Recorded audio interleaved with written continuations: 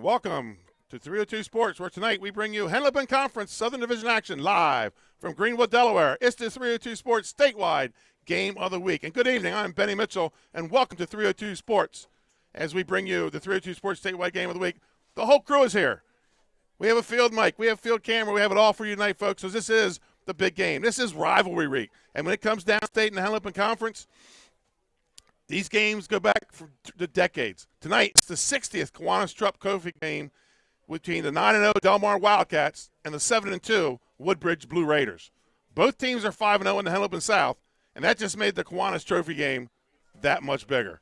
Tonight, it's for the Henlopen Conference Southern Division Championship. And let me bring in my partner, my broadcast partner, Jim Tack. And Tack, all over the country this weekend, we have games that teams and communities have been waiting for all week, all year.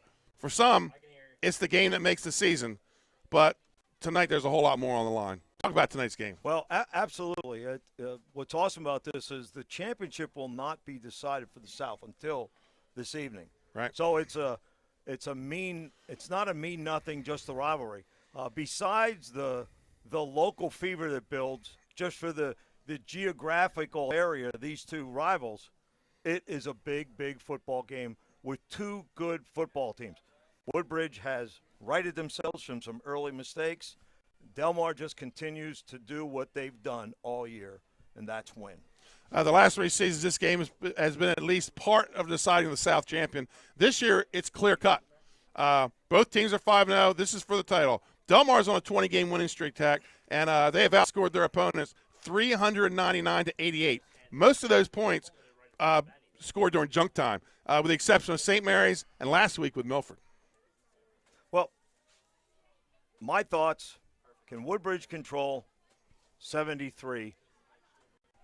Lilly. In addition to that, Mason Lilly, yeah. He's just a tremendous force. I watched him last week against Milford. And Delmar is going to do their double dive. They're going to play great defense. He throws on first down when you don't expect it to catch the defense off ground. And they close on the ball quickly. But most impressive with Delmar is their discipline on offense and a very balanced attack.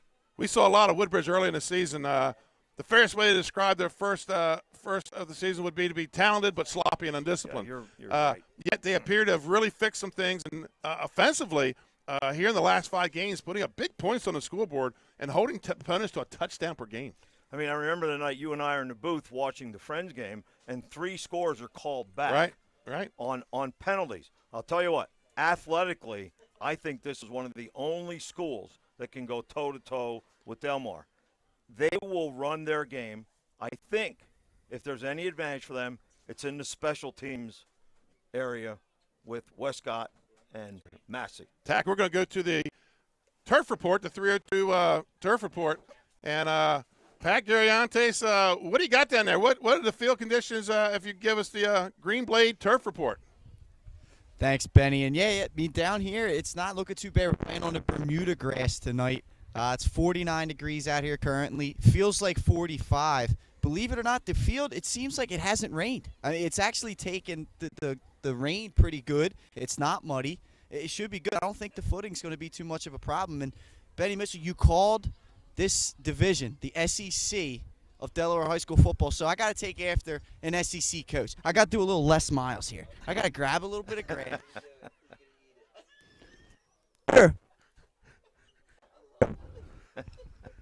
So thank you, Pat Gariantes. Folks, we'll be right back with more of the 302 Sports Game of the Week and the SODEL Concepts pregame show. I'm Scott Kammerer of SODEL Concepts. We have 8 locations, a catering company and a food truck right here on the Culinary Coast in southern Delaware, and we'd love to see you at one of our locations. Fish On and Lewis in the Villages of 5 Points. Lupo Italian Kitchen on Rehoboth Avenue in downtown Rehoboth, serving homemade pasta. Papa Grande's in downtown Rehoboth. Our treetop deck has the best happy hour around. And Matt's Fish Camp, located on Route 1 in North Bethany Beach, your classic seafood shack. At SODEL, we believe in beautiful, simple food and making the world a better place. See you soon.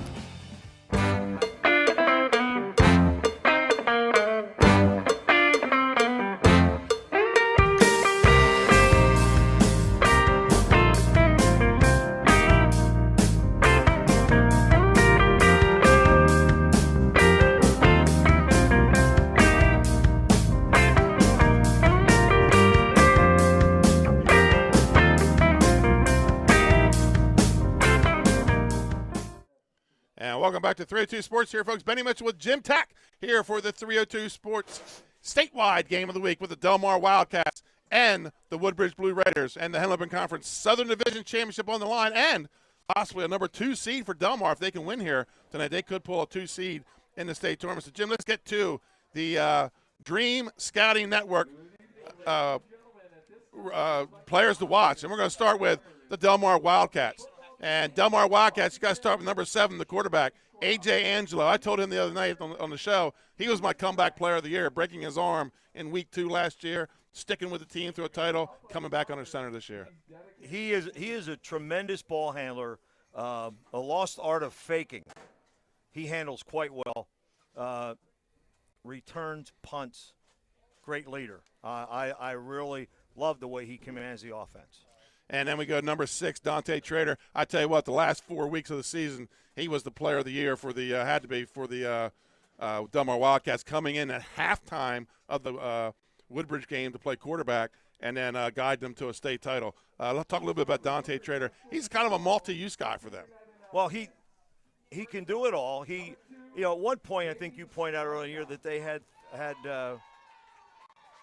3 quarterbacks in the backfield at one time. And what a gift, what a smart coaching job. He is dangerous. And when you have that many skills, you have that much more to defend. Right. And then they call him Mr. Touchdown. Number 12, Tayshawn Denard. Last year in the state semifinals, I know, folks, I talk about this every time we do Delmar, 8 touchdowns in a semifinal game, knocking off the number 1 seed. They were the number 2 seed. I believe they were the 8 seed. Talk about this kid. He's got over 14 touchdowns already this year. Well, and he's a house. He's a big guy. He has a great speed. He's a threat to go at any time. And, last weekend, 99 yards on the kickoff return at Milford at a critical time. Right. So, great player. So let's look at the Dream Scouting Network players to watch for the Woodbridge Blue Raiders. And here's a guy that doesn't get a lot of attention. Richard Massey, number 6, but he's carried the ball 63 times, 569 yards, and 6 touchdowns. But he's a two-way player. Right. He's important on both sides of the ball for the Woodbridge Blue Raiders. He's a speed back. He loves to run.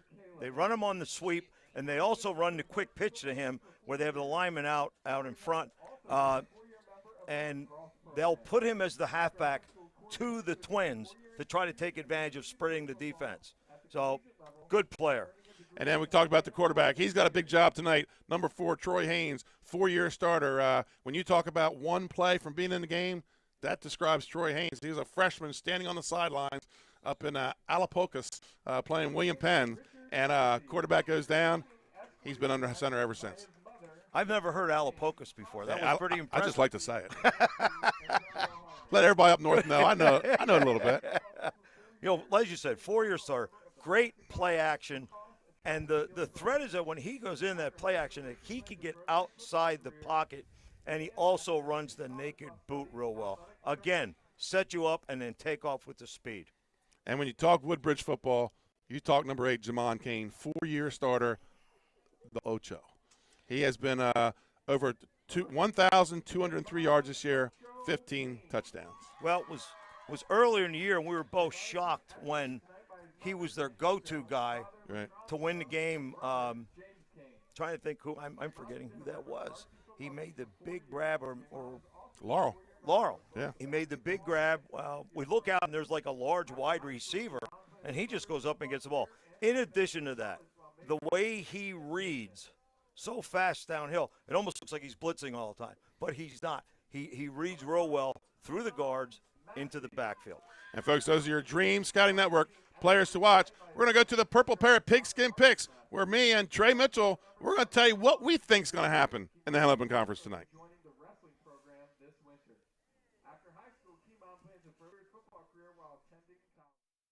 And welcome to 302 Sports and the Purple Parrot Pigskin Picks. Purple Parrot on 134 Rehoboth Avenue and their sister restaurant, the Iguana Grill, on 52 Baltimore Avenue, brings you our Pigskin Picks. And Trey, it's week 10. It's upon us. It's the final week of the season, getting ready to head into the playoffs. A lot of rivalry games this weekend. That's what we have in Kenton, Sussex County. Long-time rivals. strapping it up this weekend. And we're going to start with the intra-district rivalry with the Indian River Indians and the Sussex Central Golden Knights. Indian River 3-6 come into this game, and the Sussex Central the host at 7-2. And Trey, the Golden Knights are on a 6-game win streak in this series. It's been since 2011, I believe, since Indian River won. They make it 7 games tonight as they get ready for the first round of the tournament game next weekend in the DIAA Division I tournament. Sussex Central 42, Indian River 7. Yeah, I completely agree. I see Sussex Central rolling right into the playoffs here. Big win. Northern Division games. We'll start off with the Battle of Route 9 at Cape Henlopen. I believe they're going to move to a 6 o'clock kickoff, I think I read. So the 5-4 Sussex Tech Ravens versus the 1-8 Cape Henlopen Vikings. And Sussex Tech has made an incredible comeback this season. They were 2-4. They were looking down the barrel of a losing season. 3 straight wins, 2 of them over quality opponents. And they're now on the bubble for an at-large berth into the Division I state tournament. They finished 6-4 with a win here against Cape, but 2 Division II opponents may hinder their state tournament hopes. Sussex Tech 47, Cape Henlopen 14. Yeah, I like Tech big here. You talked to me when they were 2-4. I may have thought about taking Cape, but Cape's just too hampered with injuries. A lot of young guys on the field, which isn't a bad thing, but I like Tech here winning big. Not really a rivalry, but it's a Week 10 game. It's the 1-8 Polytech Panthers versus the 2-6 Smyrna Eagles, and who would have thought we'd be calling the Smyrna Eagles 2-6 this season? What a rough year they had. 7 o'clock kickoff in Smyrna. Smyrna rolls in this one.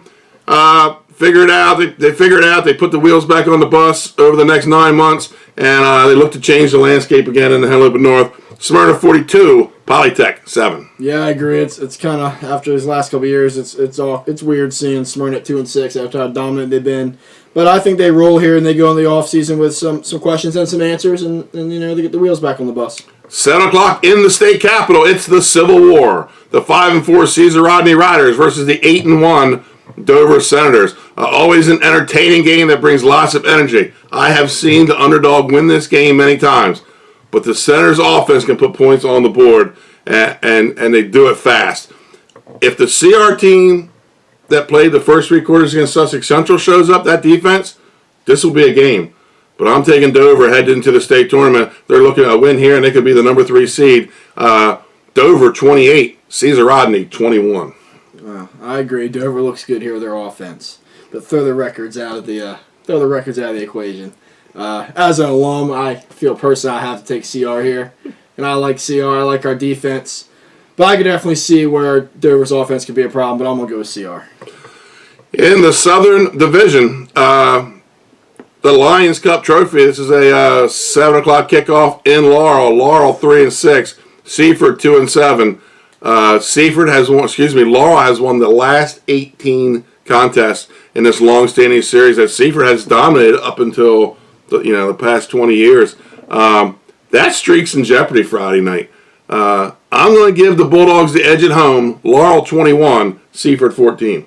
Now, I've done some research here. Okay. Not really research, but I've talked to some coaches. Research isn't the right word. I've talked to some coaches, and I think it's Seaford's time. They're right. Bulldogs are right. They're also hampered with injuries. They're a little beat up. They haven't really found their way this year. Disappointing season. What did you say? 18 years. 18 years. I think the Blue Jays get it done. So you're taking the Jays I'm gonna over take the the Dogs. Jays. Okay. And let's go to the battle for the bell. Lake Forest and Milford, another long-standing traditional rivalry. And Lake Forest, they haven't had the opportunity to touch that bell for 3 years now. I was leaning their way until watching Milford's performance last week against Delmar.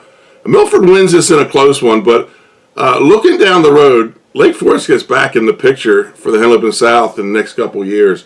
I'm going to take Milford 28, Lake Forest 21. Both teams are 5-4, by the way. Yeah, this is going to be a great game. I mean, obviously, the next game we talk about is the game of the week, Right. but we can't overlook this game. It's going to be a good game. Milford and Lake Forest have had up and down seasons. They've had their highs, they've had their lows. But I completely agree with you. After what Milford did with Delmar last week, I'd be a fool not to take him here. I like Lake Forest, but I think I got to go Milford. I think Milford's been more up and down. I think Lake Forest has probably been the more steady. Maybe one game they lost that they shouldn't have. I think they've won the ones they've won. I think Milford has lost some games they probably shouldn't have lost. Yeah, I agree. So let's go to our 302 Sports statewide game of the week. It comes down south. It's the Kiwanis Trophy game, the 60th playing of the Kiwanis Trophy game between the 9-0 Delmar Wildcats and the 6-2 Woodbridge Blue Raiders. We couldn't have a better game to end the season, as well as being the 302 statewide game of the week. Long-standing rivalry in the Henley Open Conference, Southern Division Championships on the line. Trey, if this year's game is anywhere near as exciting as last year's, we're in for a treat. This game could be played in sloppy conditions. They're calling for a lot of rain early Friday and rain into the evening. That benefits the Wildcats' straight-ahead attack.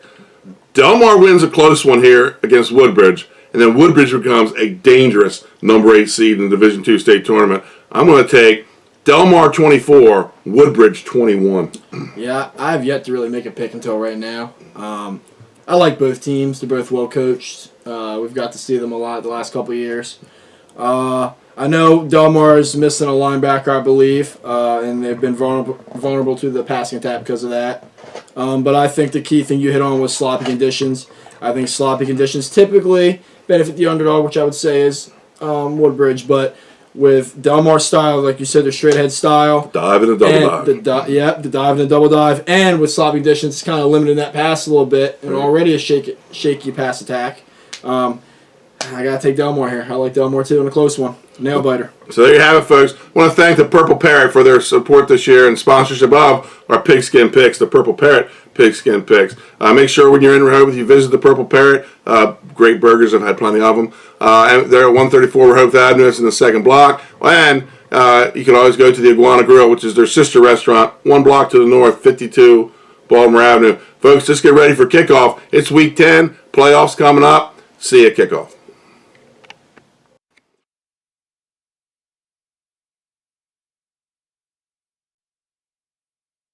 Hi, I'm Scott Kammerer from SODEL Concepts. And I'm Danae from Matt's Fish Camp. Come check us out. Matt's Fish Camp is the small local fish joint with 2 locations on Coastal Highway in North Bethany Beach and Lewis, where we serve up traditional coastal fare in a casual atmosphere with house specialties like colossal crab cakes, lobster rolls, and fried Ipswich clams, along with crowd pleasers like fish and chips, fried shrimp, and a daily selection of fresh caught fish.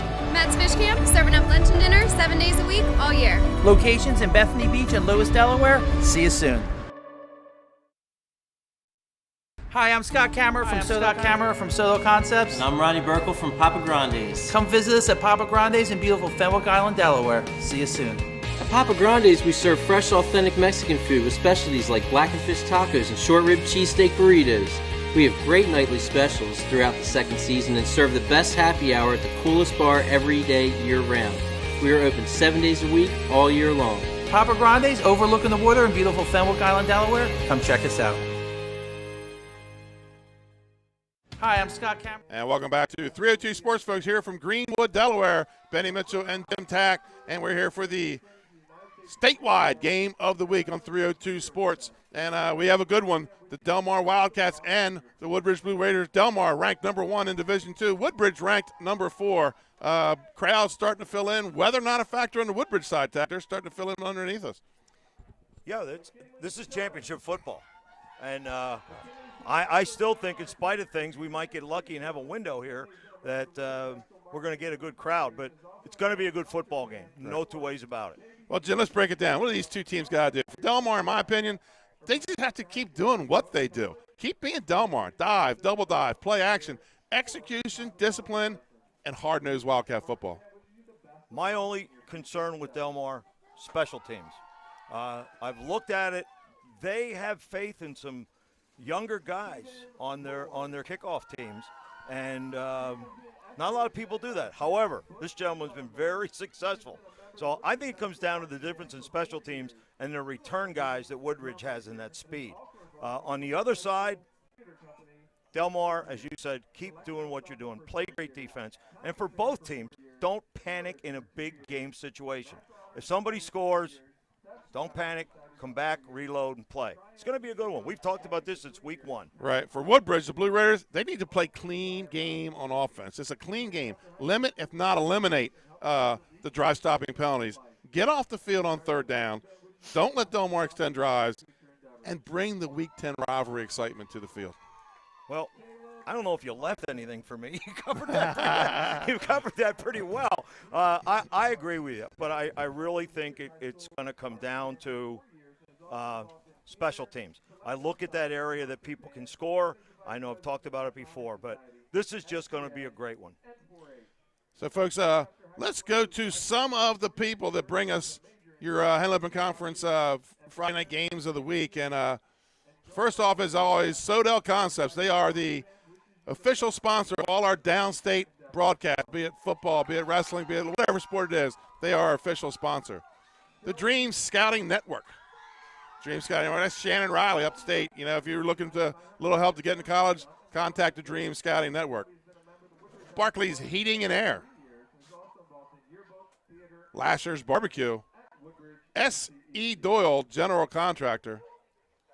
Juwan Johnson, State Farm. And we got a good trivia question for you tonight, folks, in the third quarter. The Purple Parrot. Arena's Deli.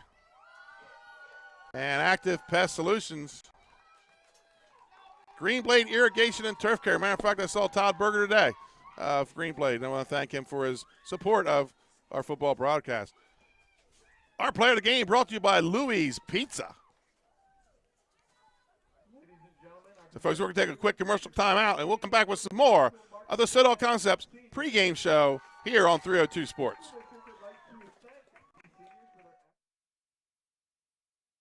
I'm Sarah, the Director of Events at Baywood Greens. Planning a wedding is an exciting and wonderful time. Let us help you make it great. Our experienced team of hospitality professionals coordinate and execute every detail to provide a stress-free experience so you can focus on the moment. From food to flowers, we prepare everything on site, tailored to your vision. Let Baywood Greens transform your next event to a memorable experience.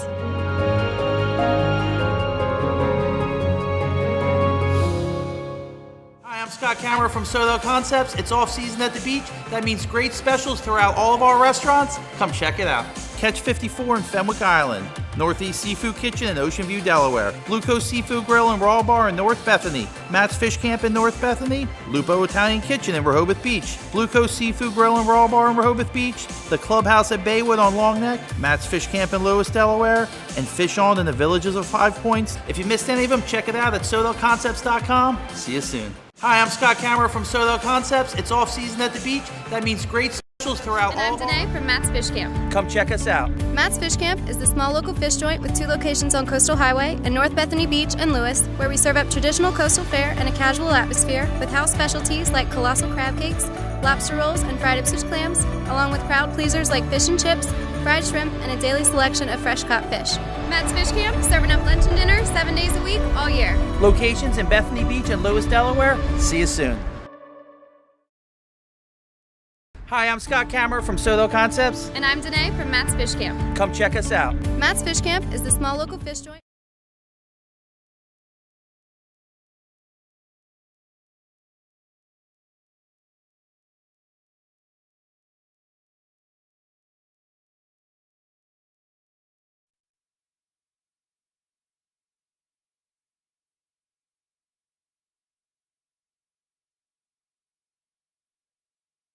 Welcome back to 302 Sports. We're going to go back to Pat Gariantes.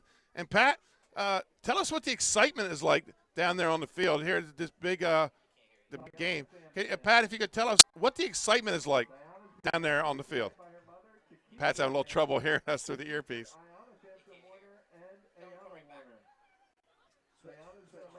Well, Pat, we'll come right back to you once we get the that hooked up. So, Tack, we go around. Let's talk about some of the games around the conference that are of interest tonight. Let's start with last night. Sussex Central, big win over Indian River. I think 63-0 was the score. That puts the Knights at 9-1. They're looking at probably a top 4 seed in the state tournament. Ayotapont in Division 2. They beat Dickinson 34-0, and Archmere beats First State Military Academy 54-13. So those 2 teams get in. But tonight, it's Sussex Tech at Cape Henlopen. The Civil War, Caesar Rodney and number 4 Dover. That's a big game. Big game.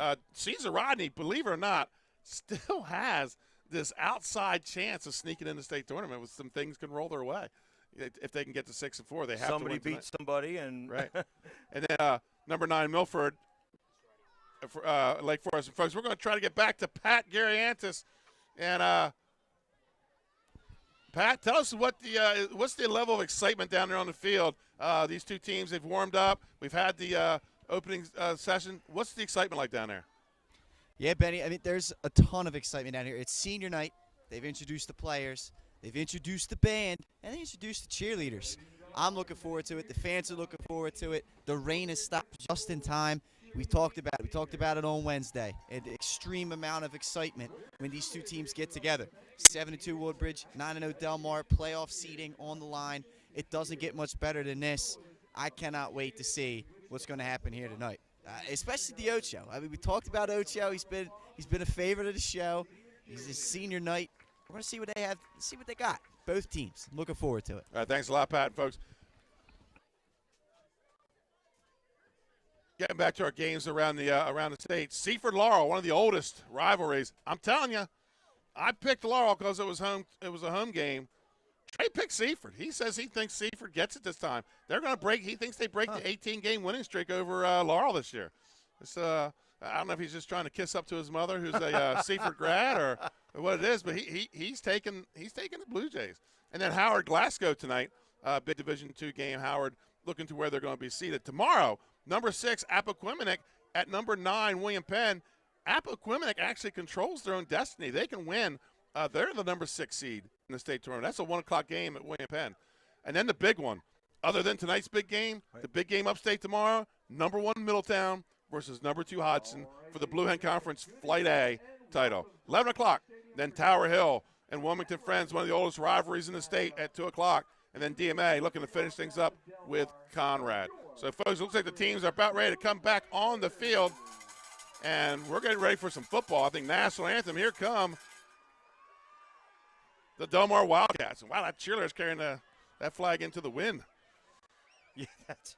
Jeez, I'm not sure I could do that. Better hang on. Yeah, it'll be exciting. And up in when I left tonight, they were talking about the Battle of the Bell. Right. And for Milford tonight. They're all jacked here come your up. Blue Raiders. Here they come. So here we go tonight. Delmar, ladies and gentlemen, the blue helmets, white jerseys, orange pants across the field. And then the Blue Raiders from Woodbridge, the home team, black helmets, blue jerseys, gray pants. At halftime, I have an interview with Ben Sermon. Tack, he was the coach here at Bridgeville from 62 to 68. Was the head coach from 66 to 68. We did a little interview about this rivalry, and looking forward to watching that at halftime. You absolutely do a great job with the history of the area and the things that. Well, when you talk history, when I'm interviewing Ben Sermon, he talks about a game in '67 and the score and the player, and it's like he was scary with history. You know, he's he provided me with a lot of historical data of football here in the Blue Hen Conference, and that, you know, he's a longtime member of the Henley Conference. He might even be one of the gold members, not sure. Captain's meeting at midfield. Let me ask you this. You think it's a big advantage for Woodbridge to be at home tonight? Let me put it to you this way. Not so much an advantage for them to be at home, an advantage not to be at Delmar. Okay. All right. I understand what you're saying. Advantage not to be at Delmar. Because we'll see what Woodbridge comes out here fan-wise tonight. Down below me, it looks like it's filled up. I mean, I've been to Delmar games that had 3,000 people, 4,000 people at it. So I believe the field conditions, the weather does favor Delmar there because of their straight-ahead attack. Mm-hmm. I agree with you. And Woodbridge's own tendency, they can throw. They can take it to the air if they need to. Folks, we're going to take a break for the national anthem.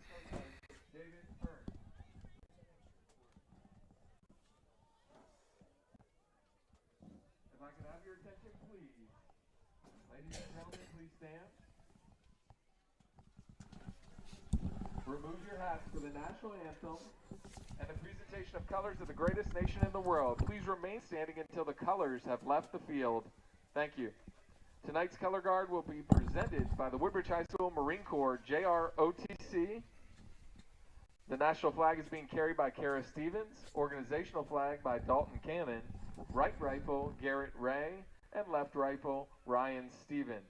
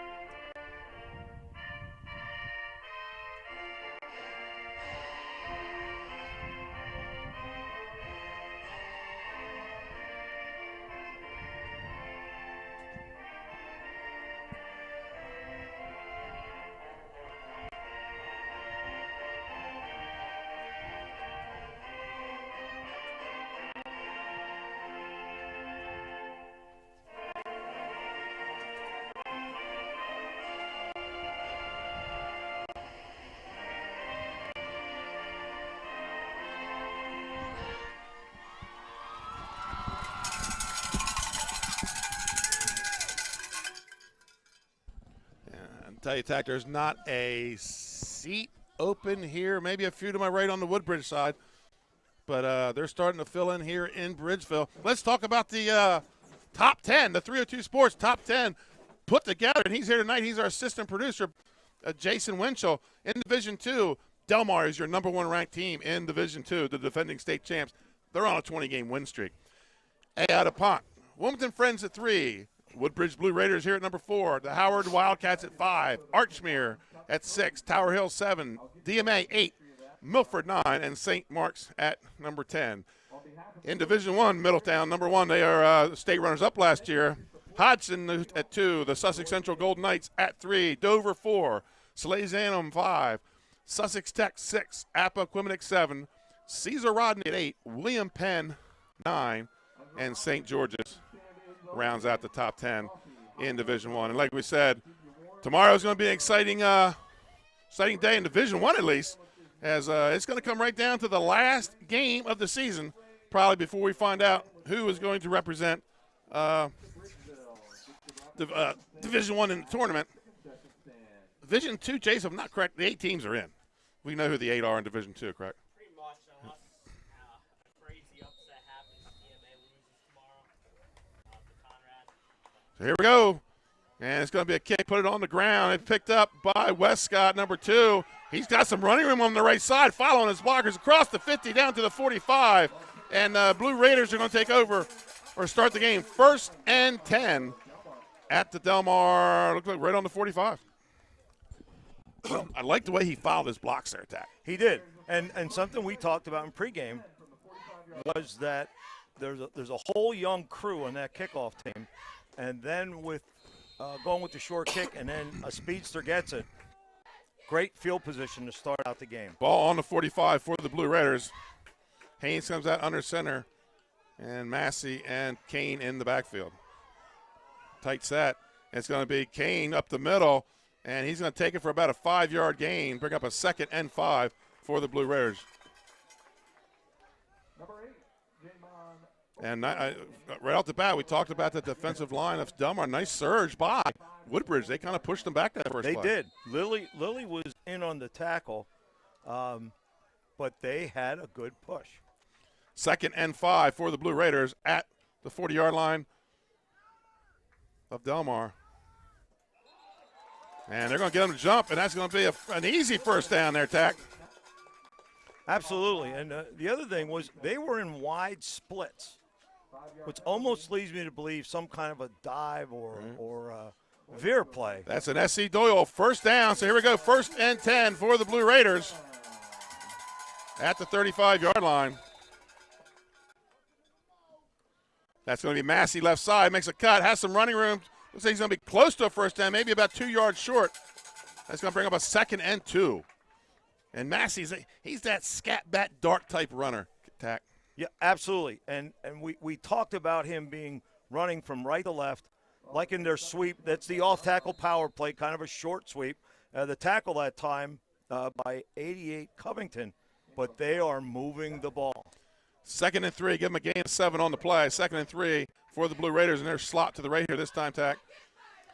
And it's going to be Kane, and he breaks the tackle, steps through another, and he's brought down, but that's going to be a first down for the Blue Raiders. Another S.E. Doyle first down. Kane running the ball well so far tonight. Absolutely. Van Arks, Jacob on the stop, but they're getting the lead back up through the hole onto the linebacker. And that's a big difference. And they ran right at their best tackle. 1st and 10 for the Blue Raiders. And again, they're going back to that slot to the short side of the field. That's again Kane. Hit, spins, breaks the tackle. And he's going to be jacked up by number 30. Let's see if we can get a number on it. 35 on the tackle. That's Hunter Van Ox. Yep. Gain of, let's see where the yard marker goes. Looks like a gain of 3, makes it a 2nd and 7. From this view, you can get a good look at the splits. They're trying to spread the defense out. And I mean, look, they're very conscious of how they're lining up. Right. So they're trying to create some holes and make the chase distance longer. And it's going to be a toss to Massey. He looks like he's hit right about it after a gain of, call it 2 or 3 on that little quick pitch. Looks like we got a little fine mist out there, Tack. Yes. It's coming down when you look into the lights. You look in the lights, you can see it coming down. Stop that time by Wright, number 80. Gain of 2 makes a 3rd and 5 for the Blue Raiders. Very methodical drive. A little hard to see the now they have the halfback to the field. And it's going to be Kane again. He's hit right at the line of scrimmage. I believe that's going to be Lilly. And it looks like no gain on the play. Folks, we are in the Lasher Barbecue Red Zone for the first time tonight. Lasher's Barbecue on Long Neck Road in Millsboro, the Long Neck area. Lily's tough to beat straight ahead. He picks up 1 on the play, brings up a 4th and 4, and with Ed Manlove, we're 4 down territory. Sure. So 4th and 4 for the Blue Raiders. Again, an extra back to this side. Fake to Kane, drops back, under pressure, throws over the middle, incomplete pass, and it's going to be a takeover on down. He had to get rid of that ball. Denard was in the backfield putting pressure on him. And he lost his footing, so the first one goes to the weather. But he lost his back foot, ready to throw, and now we're going to get a look at Delmar. What a nice opening drive. So the Wildcats hold in the red zone, 1st and 10, and it looks like the ball's about the 10. The line's already starting to wear off. Unbalanced line already. And it's going to be the dive. Oh, big hit. But after a gain of about 7 or 8 on the play, I didn't see who made the hit. Was that Massey, 6? Yeah, he came in second. Give him a gain of 9. Big run on the first play again by Denard. Brings up a 2nd and 1. So Delmar coming out and just showing him we can do this too. Yep. Kane finished it. Massey started it. But again, unbalanced line into their bench. And it looks like it's going to be the same thing, Benny. 2nd and 1, I formation. That's Trader deep in the backfield. And it looks like Denard coming back to the left side and brought down the turf with a flag on the play. Tackle made by Westcott, number 2. So that time they showed you the unbalanced again and then came with the counter tray back to the short side, hoping they could get Woodbridge to move over. So the penalty on Woodbridge, a face mask, so adds 15. Good cat and mouse already. Ball marked at about that's a S.E. Doyle first down as the ball is marked at the 37-yard line. 1st and 10 for Delmar.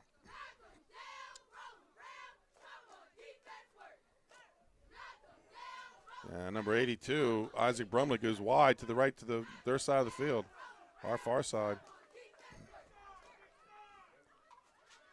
And it's going to be Angelo dropping back, finds the man out there. That's Trader. He's got some room out the right side, goes out of bounds. 1st down for Delmar. So a little bit of everything right now for the Delmar Wildcats. Some running, some pitching, some catching, and that's a SC Doyle 1st down. They brought the Twins both on in routes and then ran Trader behind them. So they kind of picked off, and he was wide open. It was not a rub because they weren't that close. But they tried it. They 2 in routes, and then with the out, timed well by Trader. Ball at their own 49-yard line, 1st and 10 Wildcats.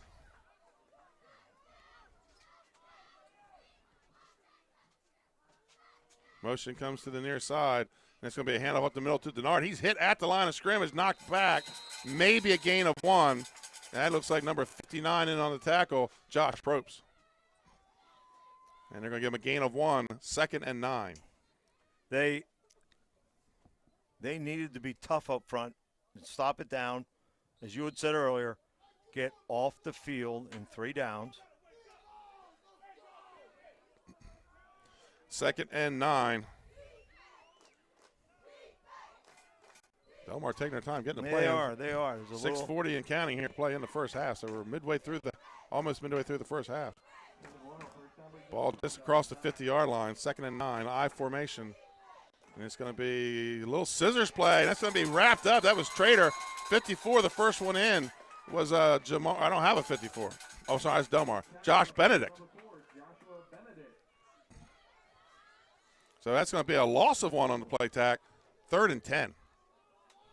Well, that's what they needed to be able to slow this train down a little bit. As you said, a little bit of a crossbuck. Benedict did a nice job up front, 54. So here they come on their 3rd and 10. Little shotgun here. And it's going to be a fake to Denard. Angelo rolls right, under pressure, steps to the right again. Out of bounds, knocked out of bounds. Cannot get a number on that. 59. 59 again. That's I believe that's Probst. So 4th and 10 for Delmar, and on comes the punter, number 81, Ryan Nelson. So big hold for the Delmar. For the Woodbridge Blue Raiders. Back is double trouble with Westcott and Massey. And this is where I think they have Woodbridge has an advantage. Player gets off the field late. Good snap. And he slips. It's going to be a short punt. And going to be fallen on by number 7, Latron Stones. And they're going to have ball at their own 41-yard line.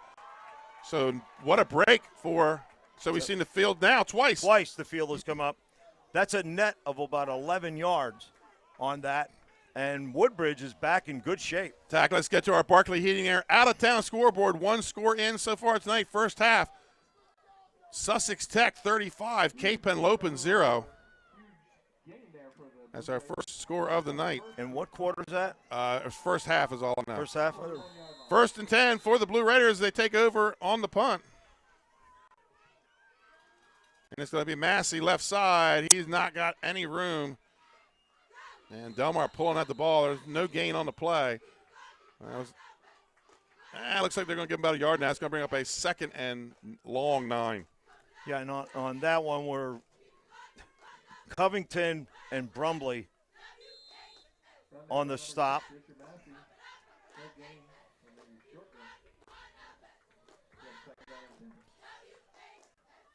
Second and 9 for the Blue Raiders. It's going to be, this time, Kane, nowhere to go, wrapped up in the middle. No gain on the play, brings up a 3rd and 9. And just as I say that, the yard marker moves, and it's a 3rd and 8. Lilly with his 4th tackle early here in the 4th quarter with a little bit of an in slice move. Woodbridge really seems to be satisfied going into the A gap there. Yeah, they're keeping the game inside. We usually see Ocho on usually the C gap, but we haven't seen it yet tonight. We've seen Massey out there a couple times. And it's going to be a little play action to Kane. Looks downfield, has a man open. That's Massey. He catches it. Nobody around. Touchdown, Woodbridge Blue Raiders. Woodbridge strikes first. What a nice play action fake. 58 yards. Play action fake. Drew up the secondary. I'll tell you what. Perfect throw. And that's the back coming out of the backfield. So Woodbridge strikes first. They're up 6-0 on the kick. I believe it's Enrique Ramos, number 80.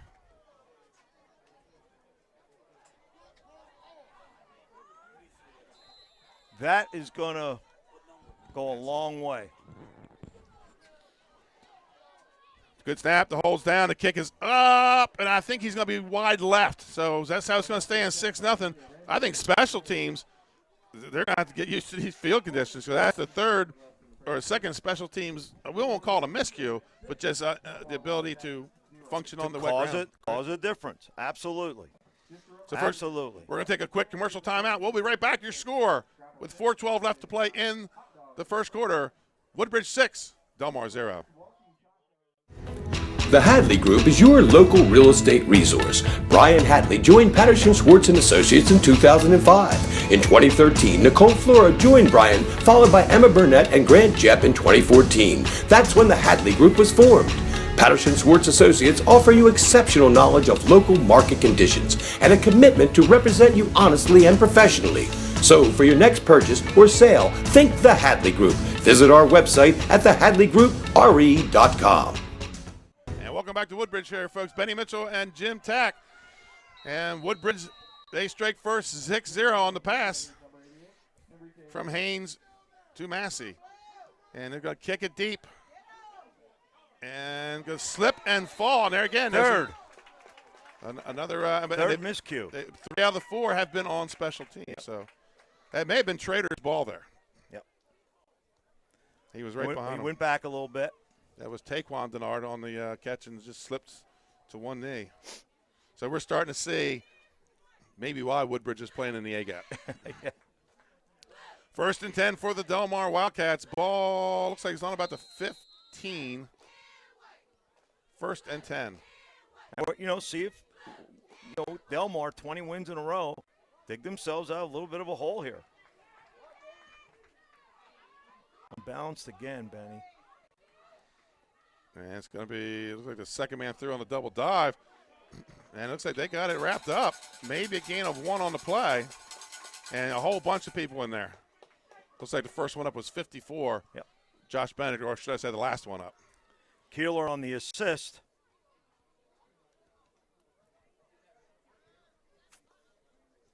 Yeah, when I look at Keeler, I've watched a lot of Delaware football here, and when he puts the pads on in uniform, he reminds me so much of Troy Reeder from the University of Delaware with his build and his. Yep. It's going to be a gain of 2 on the play. 2nd and 8 for Delmar. And it's going to be a dive up the middle. And that's going to be, I believe, Denard. Yes, it is. And pickup of about 6. And it's going to bring up a 3rd down and short. Stopped by Massey. Hanging on there. 3rd and short.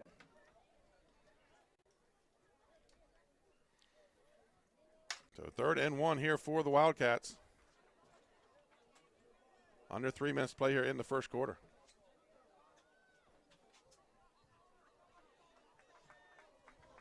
And like I said, Delmar taking their time, getting their offense running. Yeah. And it's going to be Denard right side. He's got some running room. He has the first down. Now he's caking some guys with him. And the Blue Raiders are going to push him back. And there's the whistle. That's going to be another S.E. Doyle first down. Keeler was in there. Not sure who else was. I saw number 3, Jaquan Massey, helping. Massey was helping. At the end. First down and 10 for the Delmar Wildcats. They get the ball out to about the 34-yard line. I mean, they have a pretty long huddle. They're back about 12 yards. Tack, this is one of those. This game used to be played on Thanksgiving Day. Wow. Not many around anymore. No. Not many. I formation for the Wildcats, and it's going to be an option. And he turns it up. He's going to have some running room. He's going to be close to the first down, but he's going to be about 2 yards short. Gain of 8 for Angelo. Brings up second and call it 2. Yeah, again, they went to the unbalanced side. The fake on the inside drew people in. Handled himself real well. Now you can play around a little bit. If you want to throw the ball, now's the time, as they refer to it as the waist down. Second and that's a short 2 for Delmar, so almost a 2nd and 1. Got a wing to the near side. And it's good. Oh, hit in the backfield by number 9, came on Massey. They brought people. They had a real loss of Massey in there. Loss of 3 on the play brings up 3rd and 4. It was well timed. Linebackers crawled up just before the snap.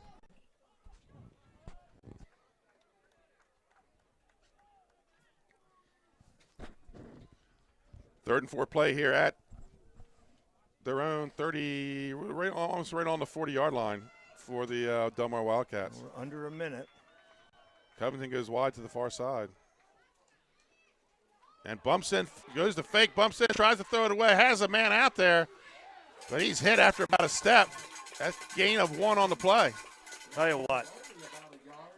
That was Sean Ford Jacks, 50. That was 88 on the catch, Covington, and he got hit hard. So Delmar on the punt again. And the last time Nelson punted, he slipped and barely got the punt off. Tayshawn came through, handled the center, and actually was in the middle of the handoff. Right.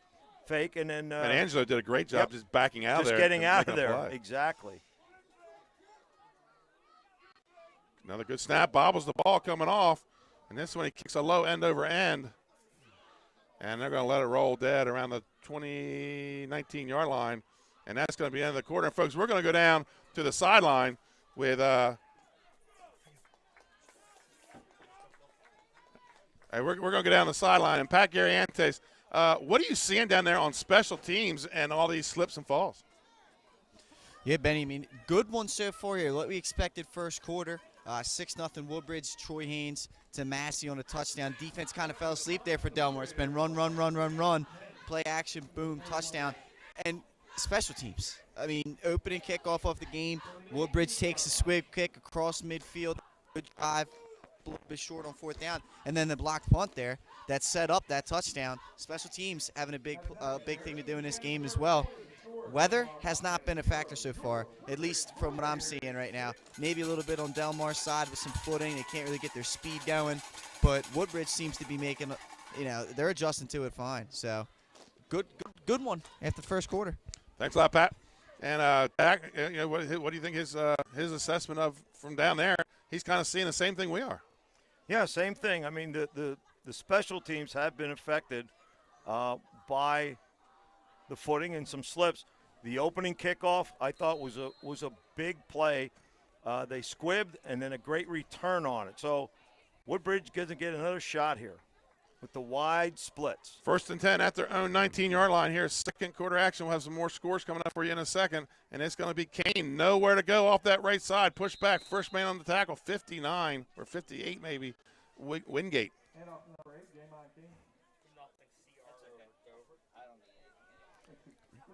Good play up front. Give him a gain of 1 on the play. Brings up 2nd and 9.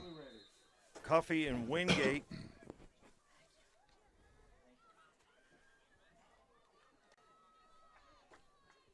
Ball just over the 20-yard line. We're going to call it 2nd and 9.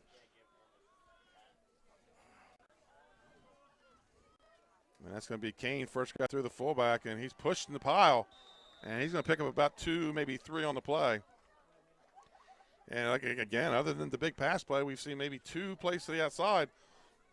Everything else has been Kane in the A-gap. And it's going to make it a 3rd and 4. Looked like Brumley on the stop, 82, but, Cuffey, 55, the big nose guard, is doing a good job of just settling, keeping right on the line of scrimmage. And I think he may be two-gapping in the sense that he's playing both A-gaps, just trying to straighten the center up and then play off it. Looks like the rain has stopped, Tack, but it's done his damage on this field. And that's going to be the quarterback, Haynes. He tries to bootleg, but he's pulled down by Covington. He's got a loss from the play of about 6. Now Woodbridge is going to have to punt in this mess. Great play by Covington. Took on the blocker and then held on to the ball carrier. Tackle for loss. And again, Covington, his third stop he's involved with. So on the punt, and that one's a very, very low punt. And they're going to try to pick up, run with it. They fumble, but they're going to get it back. Wow, Tack, dangerous play there. But they turn over on down. So, folks, here we got some second quarter, in our second quarter at least, some updated scores on the Barkley Heating and Air out-of-town scoreboard. Milford 7, Lake Forest 7. How about this one? Cesar Rudney 2, Dover 0. Playing a little baseball. Sounds like a nice little two-run double there. Snap over the head, and that's what this weather brings you. Yeah, that's our fourth special teams. Do we want to say miscue? I don't know that they're miscues, but they're definitely they're slips. The rain has definitely done the damage. Could be the pest. Eye on, the weather. I formation for the Wildcats, and he's going to play action, looking to roll right, turns it up, pulled down from behind, and that's going to be a loss. And that's number 59. That's Probst again. He's having a heck of a game. He is. Loss of 4 brings up 2nd and 14. And as we talk about the rain leaving, it comes back. Yeah, Probst chasing things down. 2nd and 4 for Delmar. Little play action, and Angelo tries to roll out. Did a great job of pursuing. He wasn't too deep. So that's really his, second sack, or he's had a sack. Maybe we call that tackle for loss. And another tackle. So he's playing tough. 2nd and 14 for the Wildcats. I formation split wide to the left. And it's going to be the double dive, but they got this wrapped up. That's Trader, and they're going to knock him back. Maybe a yard on the play. Woodbridge setting the edge right now. Absolutely. They're playing with emotion. No gain on the play. 3rd and 4. They're controlling the line up front. Actually, loss of a yard. 3rd and 15. Ball inside the 40 at the 39-yard line.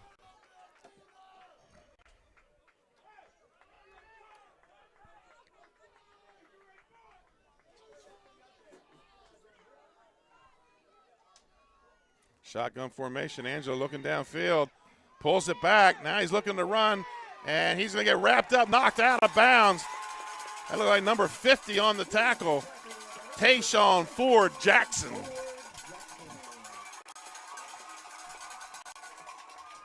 They're rallying to Gain the of ball. 4. Gain of 4 on the play.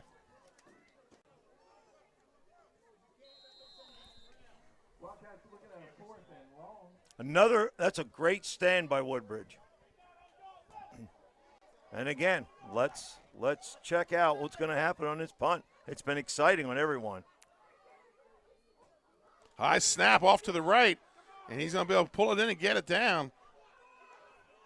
And it's going to go, I don't know if he should have taken that one, but he did. He's going to run it out to across the 10 to about the 12-yard line. This weather, that was a big-time wrist tap. But it looked like it was going to go to the end zone.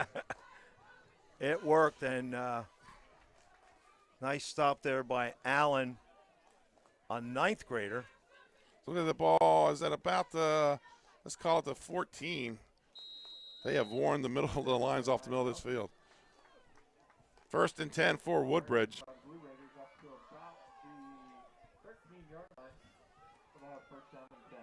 And then slot to the short side of the field, and that's going to be Kane off the left side. He's going to pick up about 5 on the play. And now they're starting to move out to that B-gap area. Yep. Attack. And B gap's really C gap with the splits that With they the have. splits out. That's Von Arx on the tackle. And again, they have the backfield set strong to the Twins, and they use the halfback to lead up through on an ISO.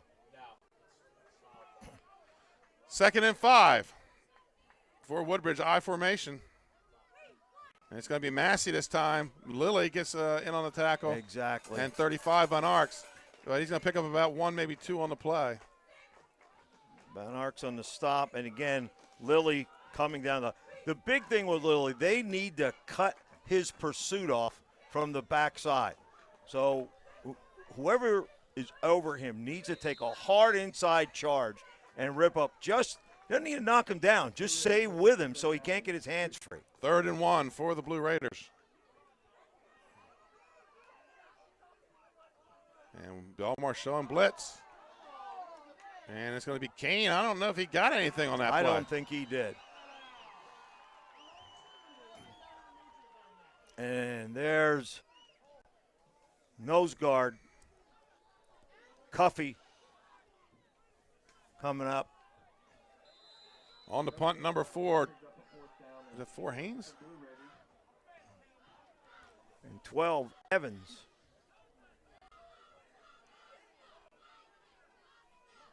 Gets the punt off. It's a floater. And Angelo's going to take it. Drops it, picks it up, reverses his field to the left. He has a wall down the left side. But he runs out of room as Woodbridge able to use the sideline as that 12th player. So again, about 10, 12 yards net on the exchange. Right.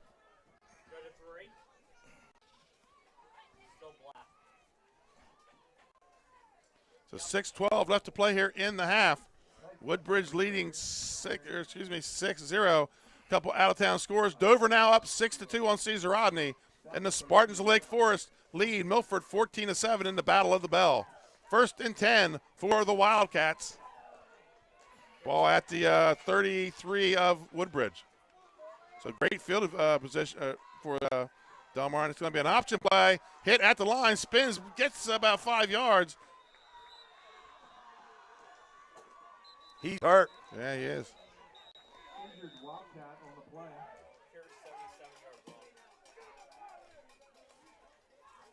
And Covington right away called for the coaches to come out. So something he saw. Yeah, something he saw right away. Now, folks, we're going to take a commercial timeout. We'll be right back. Your score, Woodbridge 6, Delmar 0. Congratulations, Dover Federal, on 60 years in business in Delaware. You've been by our side since our doors opened. Thank you so much for giving me a call on so many years ago when I had no credit. You helped our business grow into what it is today. As a military family, thank you for supporting the financial needs of servicemen and their loved ones. Happy anniversary, Dover Federal Credit Union. Happy anniversary, Dover Federal. Thank you. Thank you. Local people, local decisions, Dover Federal Credit Union. Congratulations. Life's too short to hate your home. Remodel your home with the pros voted Delaware's #1 home improvement company. Ferris Home Improvements has something for every homeowner at their new showroom on the corner of Kirkwood Highway and Harmony Road in Newark, Delaware. Explore products and layouts with the area's top designers. Touch and feel products that inspire your dream space. Ferris Home Improvement's pride in the details make them the area's best in roofing, windows and doors, siding, decks, kitchens, and bathrooms. Want a professional, no-pressure remodel? Go see the best at the Big Shamrock on Kirkwood Highway. Ferris Home Improvements. Quality workmanship from a neighbor you can trust. So now coming in at quarterback's number 10, Jacob Van Arx. And this is just kind of how it went last year.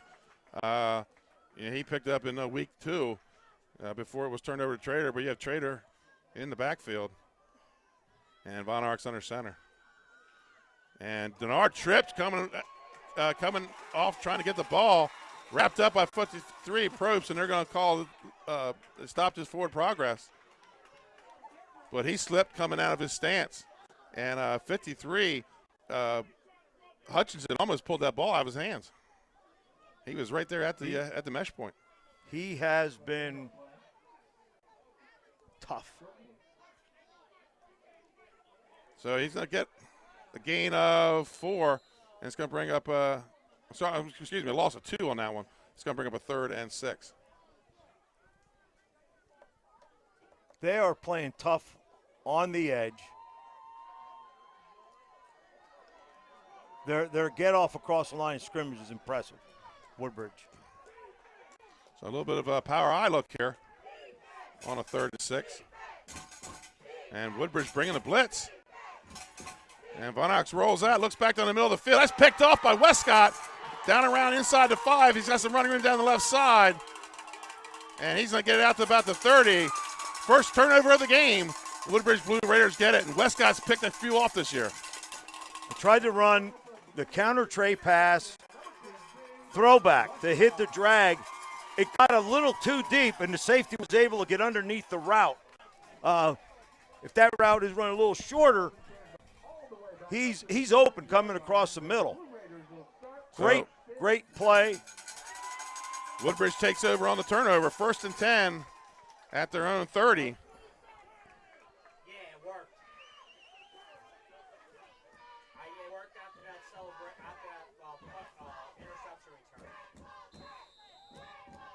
So here come the Blue Raiders up 6-0. 4:34 to play in the half.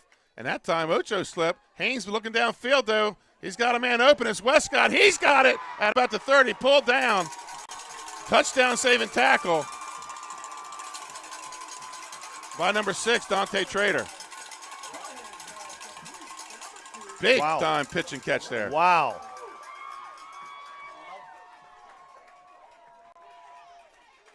What a nice ball.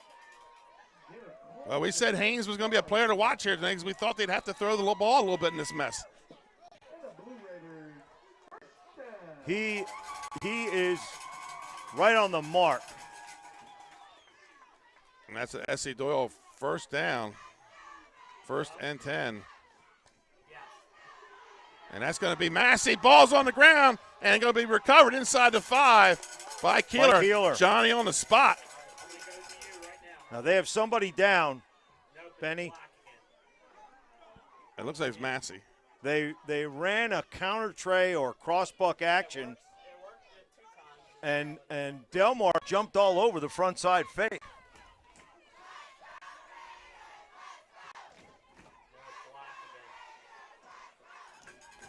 So, folks, we have S.C. Doyle first down during the injury, and we are going to be in the Lasher red zone as Keeler right there. Luckily, as the ball was just harmlessly rolling on the ground. Yep. The ball was recovered by number 44, Brock Keeler.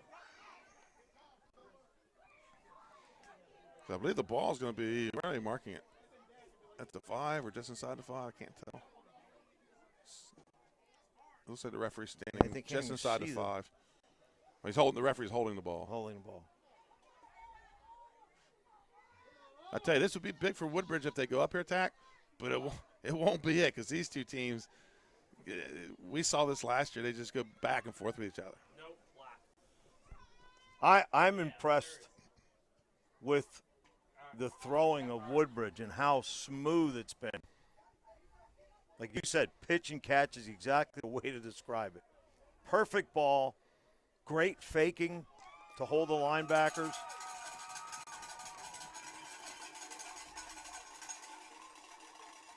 So at the half, folks, we're going to go down to Pat Gariantes at halftime. We want to get his assessment from Earth. You know, we're kind of up here watching it in the box, nice and dry. Pat's wet, and we'll get his take on the what's going on so far. So under 4 minutes to play here. Woodbridge 1st and goal at the Delmar 4-yard line. Gentak with those big splits, spreading the line out. Yep. Full house backfield. And it's going to be ball's on the ground. He called it. He was in the end zone. They already called the touchdown. Called the touchdown. And that was number 30, correct? Yep. Number 30, Tyrez Cannon, a sophomore, a big sophomore. It ran the off-tackle power. And again, the big splits has given Delmar problems. So Woodbridge lucky here on 2 straight fumbles. The first one, Keeler, Johnny on the spot, covers it.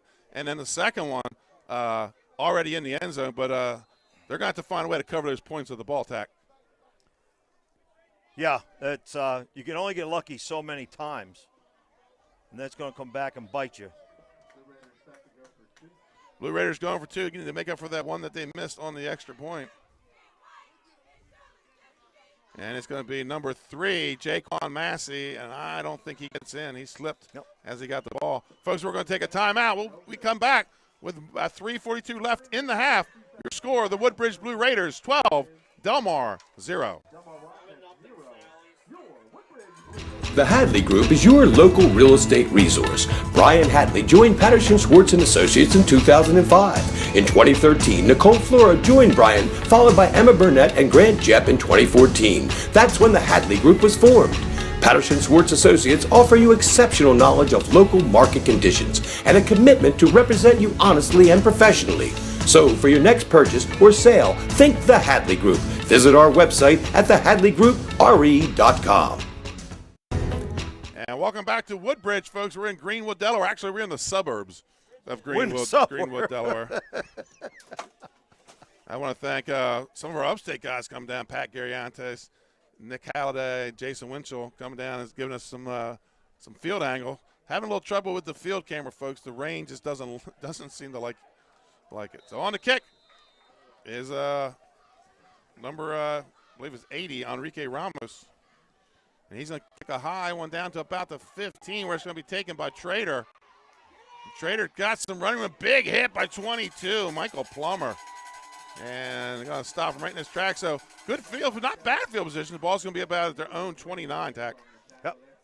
Plummer with a nice hit. Good stop. And now we're going to see 3:33 to play in the half.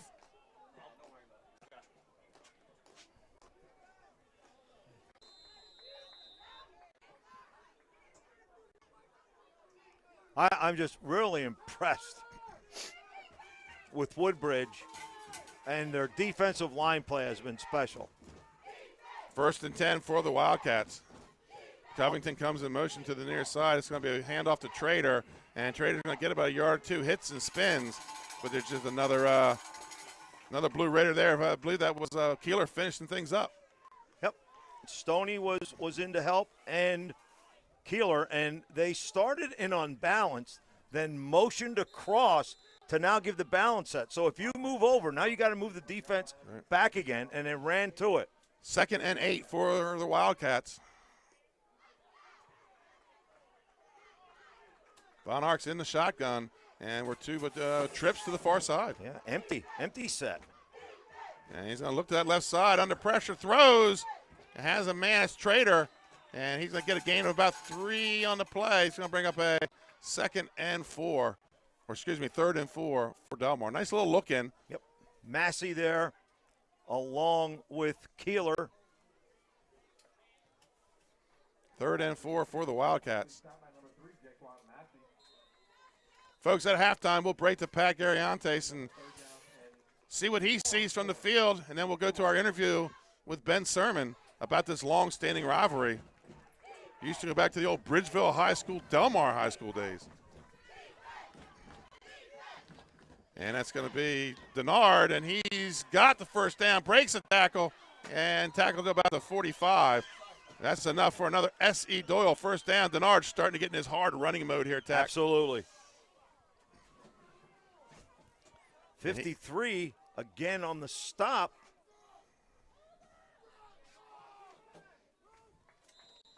Ball at the 45, their own 45. Excuse me. 1st and 10 for Delmar. They'd like to punch one in here with under 2 minutes to go. So look for maybe a pass, something downfield off a play action as they go I and slot to the far side.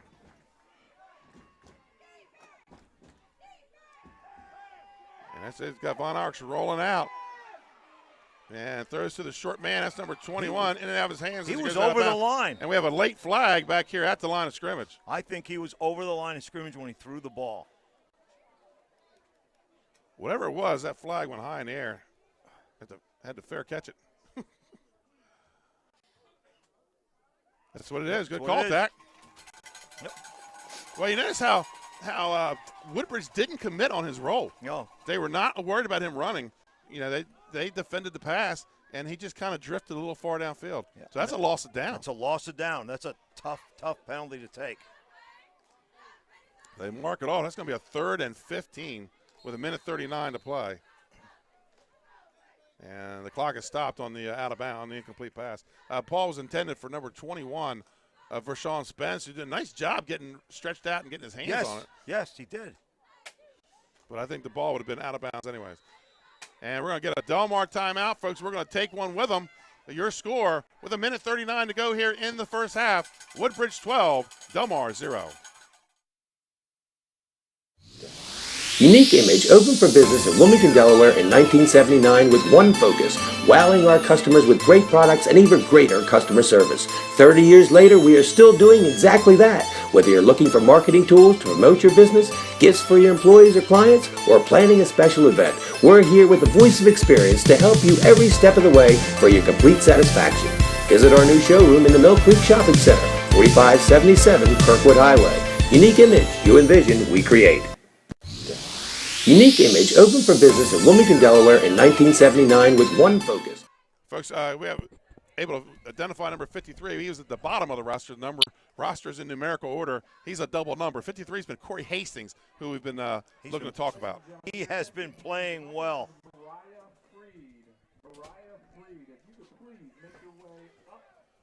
Should be 3rd down, correct? Lost it down, right? Yeah, it's lost it down. It's going to be a handoff to Trader. He's going to pick up about 10 on the play. And that's going. They have it down as a 2nd down. So let's bring up a 3rd and 5. That was a 2nd down play that he did not. Anyway, 3rd and 5 for Delmar. Approaching a minute to play here in the first half.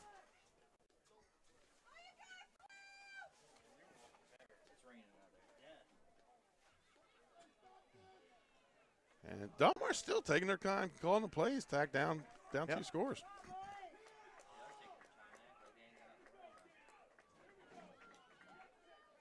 Von Arx rolls out left, steps up, and that's going to be Hastings again, and number 50 for Jackson. And that's going to bring up a 4th, and we're going to call it 4.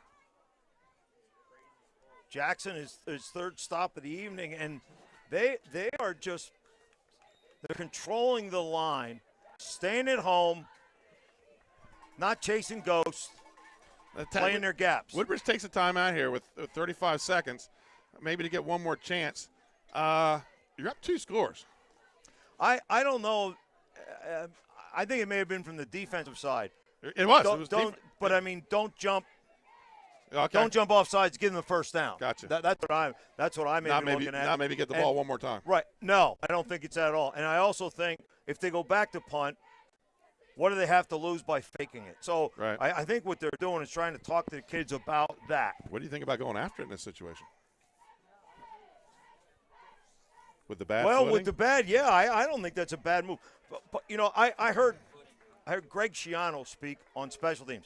Anytime from the 50 back, you go after it. Right. Because 80% of most punts are not returned. And this ball just across the 50 at the 48. So you'd have to negate it. Right.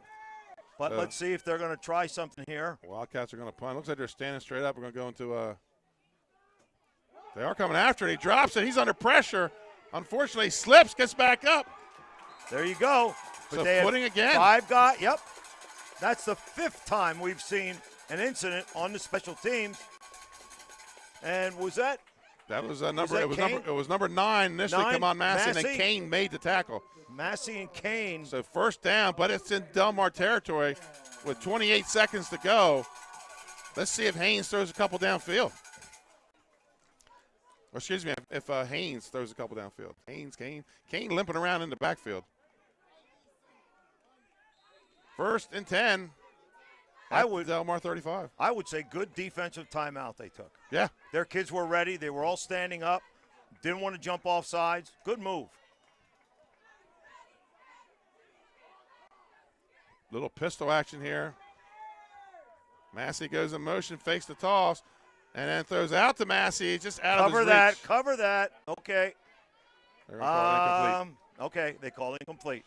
It just looked a little close to being backwards. And I'm sorry, I started yelling cover like I'm on a sideline. Right. I only saw one receiver downfield and then Massey on a little flare. Did you see anybody else downfield? No, they went to the fake quick pitch, tried to draw the corner up and get him by him, but they were playing pass defense. 22 seconds. 2nd and 10 at the 35.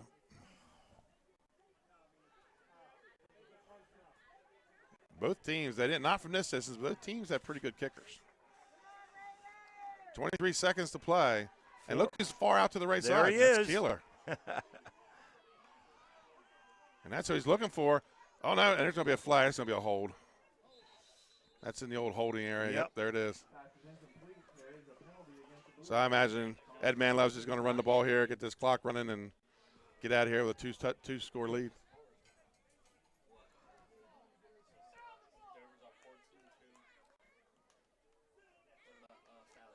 Get the kids in, calm them down, tell them it's 0-0. Don't think about win. Think about your fundamentals. Play hard like you've been playing.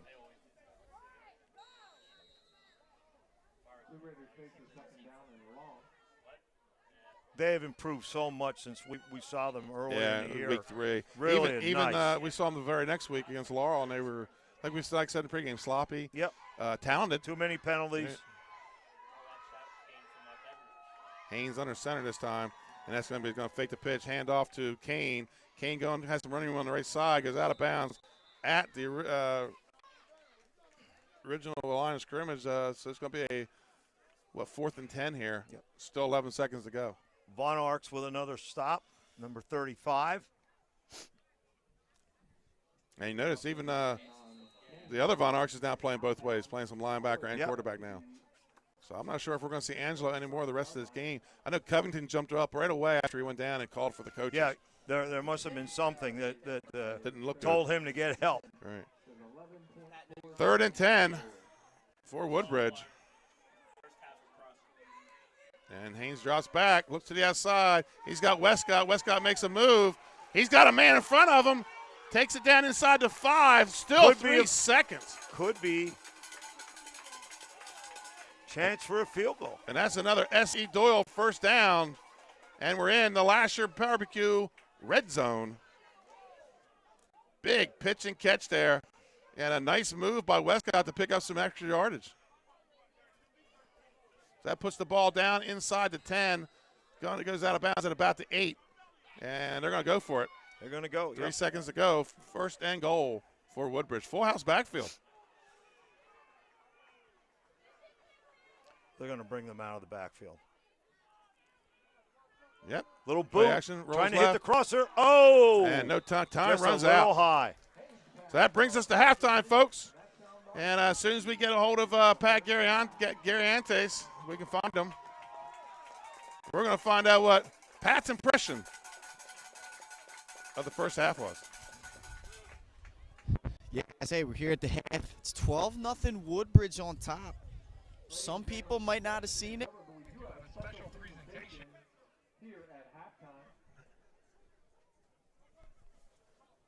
Am I good now? I'm good to go. All right, time report for you.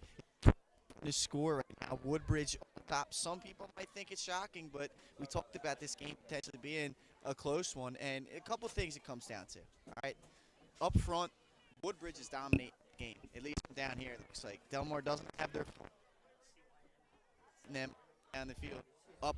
That's a big part of the game. And let's be honest, 2 big plays. Troy Haynes really throwing the ball well. Of course, he hit Massey on the opening touchdown of the game. Then he hits Gabe Westcott on a big 50-yarder that set up the second. Made a big play. Unfortunately, he couldn't finish that one off. So he's having a big game. And honestly, it's those 2 big plays that are really the difference in this one. A.J. Angelo's another thing we got to keep an eye on. All right, the quarterback for Delmar, he went out with an injury, has not returned. Von Arx might have to take this thing over for Delmar. He might have to lead them in the second half. But it's got to start up front with Delmar. If they want to get back in this game, they got to start playing better up front. And if you're Woodbridge, it ain't broke, don't fix it. They're looking pretty good right now. All right, thanks, Pat Gariantes. Folks, we're going to do a commercial timeout. When we come back, we're going to talk to Ben Sermon. And he's going to talk about the little history of this game.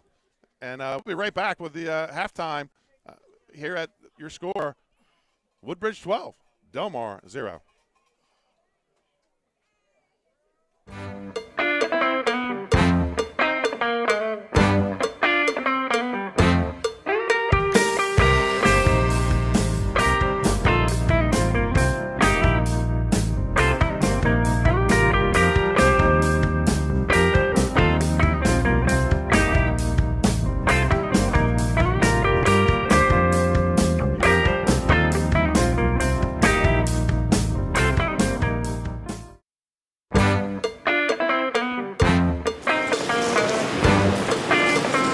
Welcome to 302 Sports. I'm Benny Mitchell, and I'm here this week. It's week number 10 of the 2018 football season.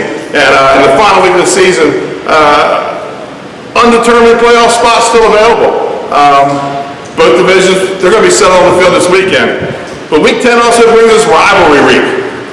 Some of the teams have waited all season to play the big game against their season-long rival. Our 302 Sports game of the week is one of those, but it has much more meaning. It's for the Hennepin South Southern Division title between the Delmar Wildcats and the Woodbridge Blue Raiders. And let me introduce my guest today. This is Coach Ben Sermon. Coach, welcome to 302 Sports. Thank you. I'm glad to be here. If you're around the sports scene in Sussex County through the 60s, 70s, I guess up to the 90s, especially in western Sussex County, you know or heard of Ben Sermon. From an all-state athlete to a coach at Bridgeville and a later stint at Seaford. Coach Sermon is well known around the western Sussex County area. And Coach, this is the 60th playing of the Kiwanis Trophy game this Friday night. And this between Delmar and Woodbridge goes back to 59. And actually it went back further than that. It went back past college consolidation in the 30s. Right. Looking at some of the history, Delmar and Bridgeville had teams in the early 1900s. Right. They finally, 1920s, the state started having state championships. Right. And in 1932, Bridgeville was eliminated in the Final Four by Newark. Newark then played Delmar for the state championship in 1932, and it was a tie. So Delmar shared a state championship way back then. That long ago. Can you talk about how these long-running rivalries are so special to the communities, these small communities down there? You know, it's one of the things that back then, that was state championship. Sure. That had the same flavor to it, the same excitement, the same energy that state championships bring today. Right. And you got to do it every year. Right. It didn't matter whether you were 0-10 and whatever your record, or 0-9 going in, that was the game. If you won that game, that rivalry game, then your season was made. Right. And that's the way it was between Bridgeville, Delmar, Laurel, Seaford, Lewis, Rehoboth. Right. There were lots of Millsboro, Georgetown, perhaps. There were a lot of huge rivalries that as a player, and I can remember it well in the 50s. That's what we didn't care what we'd done previously. Right. We were going to beat Seaford. It was the big game. Big game, Right. and crowds. Right. Well, these games were originally played on Thanksgiving Day, and talk about what that was like. I know you played in the Wild Seaford game, you coached in the Bridgeville Delmar game. There's stories out there that thousands of people would come to these games. There was predicted to be up to 4,000 people at some of these games. What made the crowds a lot larger on Thanksgiving between the Laurel Seaford and the Bridgeville Delmar rivalry was Delmar and Bridgeville switched the game to be in the morning at 10 o'clock, and then the Laurel game would be at 1, the Laurel Seaford. And so people, just the real football fans, Sure. they would go to both games. So you had a real Thanksgiving dinner because you didn't have turkey till 5 o'clock, 6 o'clock in the morning. 5 o'clock later. Yeah. And this was before television was big. Right. This was before the Lions and the Sure. Cowboys, and so it was the thing. It's unbelievable how huge the crowds were in the 50s for these rivalry games, Right. and into the 60s. Right. Coach, what's your greatest memory of this rivalry as a coach? I mean, you coached some pretty darn good Bridgeville teams in the 60s. Yes, I came in 1962, started coaching as an assistant, and then became the head coach in 65. 65, Delmar had a real good team, and they beat Bridgeville 21-6, I believe was the score, and they won. This was before state championships, so it was a conference championship. Played on Thanksgiving. Right. The next year, both teams went in. Now I'm talking about 1966. Both teams went in. I believe Delmar may have lost one, and Bridgeville was undefeated. And that was a huge game down at Delmar. And we came out, we meaning Bridgeville at the time, Bridgeville won that game 37-6. The next year was probably the most exciting of the series that I was involved in, because both teams were undefeated. It's great. This is what we have coming up Friday night. Both teams were undefeated in 1967. Delmar was favored because they had Big Bert Culver, one of the finest running backs ever in the Head Open Conference. And of course, we had our own good running backs. We had our own good team. We were a team, and the game was 20-19. Bridgeville won in the last quarter. Wow. So 65, 66, 67. I mean, they had to be like some of the greatest games played back in the early days of this series. You know, with the two, you know, Delmar being the conference champ 65 and Bridgeville winning it 66, 67. Coach, what's the difference you see in football today as opposed to what you saw in the 60s and 70s, and let's say even the 80s? Today, it's more a wide open offensive game in most cases. You'll still see some teams using the basic beginning, but there's a lot more straight offense, a lot more passing. I think a lot more scoring. A lot more scoring. A lot more scoring. That's the biggest change. But you know, football is still blocking and tackling. That's right. And the team that does that best is the team that's going to win. And that's been true all time. Absolutely. Coach, now you know Delmar's really kind of dominated this series since the 70s and into the 2000s, and they've kind of kept a stranglehold on the Kiwanis Trophy. As a matter of fact, I made a joke a couple years ago heading into the 2016 game that Delmar might have to dust it off if they were to lose the game. But how's it, 50-some years later, Woodbridge is now back relevant in this series. For the last 3 years, this game has either played a part of the South Championship. This year, it is the title game.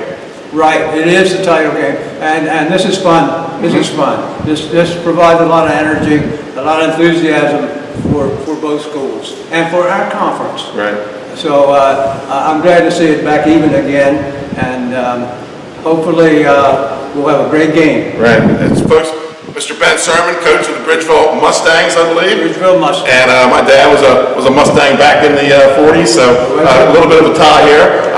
Delmar, number 1 ranked coming in this game. You're watching it, and then Woodbridge, number 4 in the state.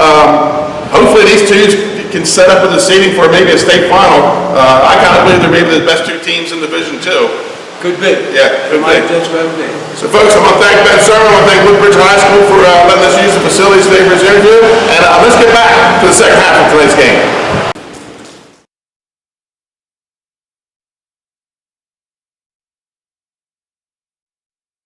Restaurants? Come check it out. Catch 54 in Fenwick Island, Northeast Seafood Kitchen in Ocean View, Delaware, Blue Coast Seafood Grill and Raw Bar in North Bethany, Matt's Fish Camp in North Bethany, Lupo Italian Kitchen in Rehoboth Beach, Blue Coast Seafood Grill and Raw Bar in Rehoboth Beach, the Clubhouse at Baywood on Long Neck, Matt's Fish Camp in Lewis, Delaware, and Fish On in the Villages of 5 Points. If you missed any of them, check it out at SODELconcepts.com. See you soon. Hi, I'm Scott Kammerer from SODEL Concepts. It's off-season. And welcome back to Greenwood, folks. Woodbridge High School, they're up 12-0, and as you can tell, it's cold and raining out, and the whole crew is in the press box, so unmanned cameras. And Pat, I hope you didn't leave the mic laying on the ground down there. Is it in your pocket? There we go. So it's in your pocket. So this is what happens when you get a 302 statewide game. This is everybody, folks. This is our crew that makes this possible. So, Coach Tack, let's talk a little bit about the stats. And, the stats brought to you by Arenas Deli. Score 12-0, but as Pat Garriantes said, just a dominating performance by the Woodbridge front 5. 204 total yards to Delmar's at 86.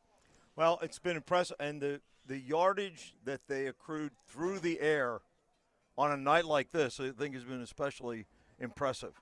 Sharp passes, enough to keep Delmar on their heels. Right, passing yards, Woodbridge 132 yards, and Delmar 32. Rushing yards, Woodbridge 72, Delmar 54. The big one is the turnover. That was huge right here. The pickoff down at the goal line when Delmar was driving. Individually, Denard, 7 carries, 25 yards. Kane, 10 carries for 37 yards. Massey, 5 for 35. That's Richard Massey, number 3. Jaquan Massey, 1 for 55. And West got 2 catches for 77 yards. I'm sorry, that's 1 catch for 55 yards. Haynes, 2 for 3 for 102 yards. And Angelo has not come back from the injury. So, but, they're not worse for wear with Von Arts' quarterback, because he quarterbacked them up to halftime of Week 9 last year before his season-ending injury. Sure. Or not, he came back for the championship game, and then Trader. So, like we said in the beginning, coming 3 deep from quarterback is helping them tonight. Well, the other thing that the unofficial stat was that you and I counted that there were 5 slips on special teams, and there's not a category for that. But it made a difference in the swing of where the offense was going to start after special teams play. Let's go to our out-of-town scoreboard brought to you by Barclays Heating and Air. Updated scores, Battle of the Bell, Lake Forest, Milford, all knotted up at 14, Tack. The last score I have out of Dover was 12-2 or 14-2. Correct. Oh, I'm getting some updates here as I say that. Dover 14, Cesar Rodney 2. Lake Forest now up 21-14. And I think we heard Sally's 7-0 in the Holy War against St. Mark's. So they actually do call it that, Tack. It's called Did the they Holy War. really? St. Mark's and Salesiana. I thought we were headed for trouble. No, I don't make that stuff up. Pat Garantes, correct? Sally St. Mark's is referred to as the Holy War. It is. Yes, that is correct. Yep. Back home, Bethlehem Catholic and Central And then Catholic play. when It's the Bible Bowl. When they play a public school, they call it the Catholics versus Protestants, right? I'm out of this conversation, folks. The old Miami Notre Dame. That halftime brought to you by SODEL Concepts, the halftime show. And as you can tell, folks, on the camera view, field, that is not a turf field. That is Bermuda grass, and it's starting. That's not the black pellets. That's the ground starting to come up through the grass. So the field taking a beating. I want to thank Dave Marvel for the halftime stats. I believe you're up top under the tent, aren't you? So catching some wind, too. So thanks to Dave Marvel. Up top under the tent with our cameraman, Trey, and getting us some good stat information so we know. Yeah, that we're not lying. Yeah, exactly. We don't just make this stuff up. It has been an amazing. I just texted a college coach friend of mine with the score, and I got back, what? Yeah. There you. So, going to be interesting to see the adjustments that were made. Well, you got 2 outstanding coaches here. Absolutely. Dave Hearn hasn't won, 5, 6 state championships because he doesn't make adjustments at halftime. All right. Been around a long time. Anybody out there has an update? Last we heard, Sussex Tech 35, Cape 0. I'd really like to hear Seaford Laurel, the Lions Club trophy game. There's another one that used to be played on Thanksgiving Day. Coming up here in the third quarter, folks, we'll have your Juwan Johnson trivia question. Juwan Johnson State Farm trivia question. I got a quick one for you, Tack. Do you know how much your son-in-law coaches in Milford? How much does the bell weigh? I don't know that. 7 pounds. I didn't. 7 pounds. 7 pounds. Yes, that bell came off the train from Harrington to. Yes, I knew, and I've seen some awfully angry people after. I've been to that game quite a few times, and if you don't get that thing, you're upset. Yeah, Woodbridge, they've had it here for a while, and I was thinking this might be a year where they might have to polish it up and be ready to turn it over. That's going to be a good game. 21-14 right now, Lake Forest. And I tell you, Lake Forest, I'm going to tell you right now, in the next 2 years, they're going to be back in the conversation in the Henlopen South. Nice young team. Nice young team. They were the only Southern Division school to have a freshman team, so they played all the North schools. Their young kids did real well last night against Milford. Right. They won that game, and now Milford's going to bump up, right? That's correct. They're going to Division 1. They're going to Division 1. So here we go, folks. On the kickoff is number 80, Enrique Ramos. Back deep is Denard. And it looks like Trader's going back with him. There's double trouble there if you get it to the back line. And there's the ready-to-play whistle. So the second half is underway. And he kicks it deep, kicks it right at Trader, who takes it at about the 14-yard line. And he's looking for some blocking up the right side. Just not there. Tackle made by number 24, Kenny Newton. Now that's a Bridgeville name. Yeah. Newton, and now on their kickoff team, the all-state middle linebacker is going down. How about that? To make sure. How important is this game? Absolutely. Absolutely. And they know. Right. Woodbridge could, if a loss here and they're like maybe the 8th seed, a win could push them all the way up to 4, maybe 5. 5 or 4. So depends on what goes on upstate later on. They are peaking at the right time if they can finish this. Right. 1st and 10 for Delmar. Unbalanced. And as Von Ark's back under center. And it's going to be a handoff to Denard. He's got some running room around the end. Stiff arm, but we have a flag. Way back. Looks like maybe a block in the back area. Is that here on the edge? It was a hold. Definitely was a hold. Had him by the arm. Hold on Delmar, and that's going to push it back. And, it was one of those that drive you nuts as a coach. It wasn't needed. Right. He was already, by him. When I coach, I just tell him all the time, don't block behind the runner. Yep. Stay away from that. Holding on the Wildcats, so that's going to make it a 1st and 15. I thought this so far this crew has caught a pretty good game here, Tack. Not a lot of penalties. They have been good. They have been good. We've seen a travesty or two earlier, but this is a top-notch pick of officials. Well, it looks like it's actually going to be about a 1st and 12 for Delmar. And still, no hurry getting the plays in, Coach. No, I'm a little surprised at that. And they have a distance to come to the line. Right. But hey, coach is successful. That's right.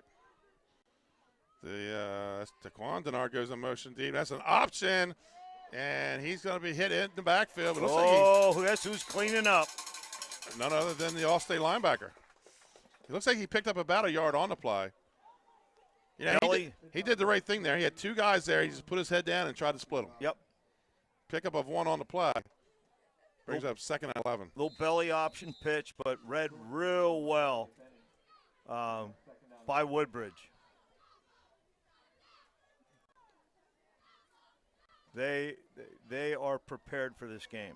2nd and 11 as the Wildcats break the huddle and come to the line. Von Arks, as we said, taking over at quarterback. Angelo hurt in the second quarter, excuse me. And that's going to be maybe Denard on the carry. Yes, Denard on the carry. No, it's Trader. Big pickup of about 6. It's going to bring up a 2nd and 5, 2nd and a long 4, 3rd and a long 4 for Delmar. And again, they tried to go back to the short side with a quick pitch, hoping they could get Woodbridge moving over. Quick score update. Slaysam now is 14 on St. Mark's, 14-0. 3rd and 5 for Delmar. I formation with a wing to the near side. And it's going to be roll out. He's under pressure. And they're going to wrap him up. It's good for a loss. Again, another. First one in there was 54. Joshua Benedict. We've talked about the game he had. Then number 9 came on Massey. And you hold a guy up long enough, they just get there. They get there. They run to the football real well. Tell you what, Benedict has 5 tackles and a sack. On the punt is Nelson. Playing back well. Deep is Massey and Westcott. And as you said, that is a dangerous duo. Both these teams, man, when the 2 guys they put back to he may be down. He should be. I don't know about that. I'd love to see that replayed. He may have caught that with his knee on the ground, which would down the ball right there. He's saying he scooped it up as he stood up, I guess.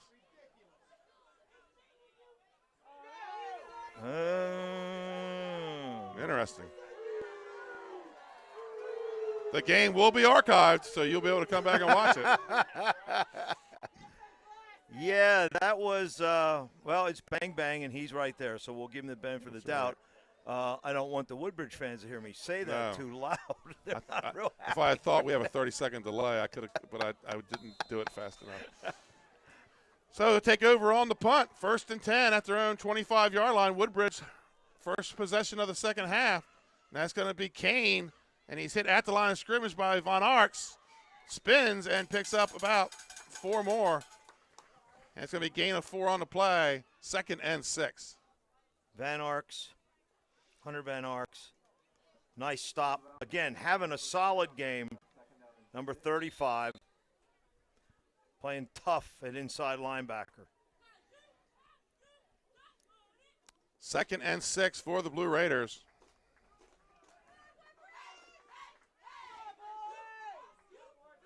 Now they're in unbalanced again, Benny. Looks like they're showing blitz here, and he's hit right at the line of scrimmage, maybe even a step in the backfield. That was Kane on the carry. Nowhere to go. Covington sliding down. Gets back to the line of scrimmage, 3rd and 6. Zach Covington, 88. Nice job of reading that thing. And again, Zach Covington, I would say, is the unsung hero of this Delmar team. He's just a guy that is a hard worker and doesn't get a lot of press. But you know, we're calling his name constantly in this game. In Covington, number 88. Yep. 3rd and 6, and that's going to be Massey around the left side. Has the first down. Has some running room. Makes a move. Trips on his own blocker's foot, and looks like he's going to be a little slow getting up at about the 50-yard line.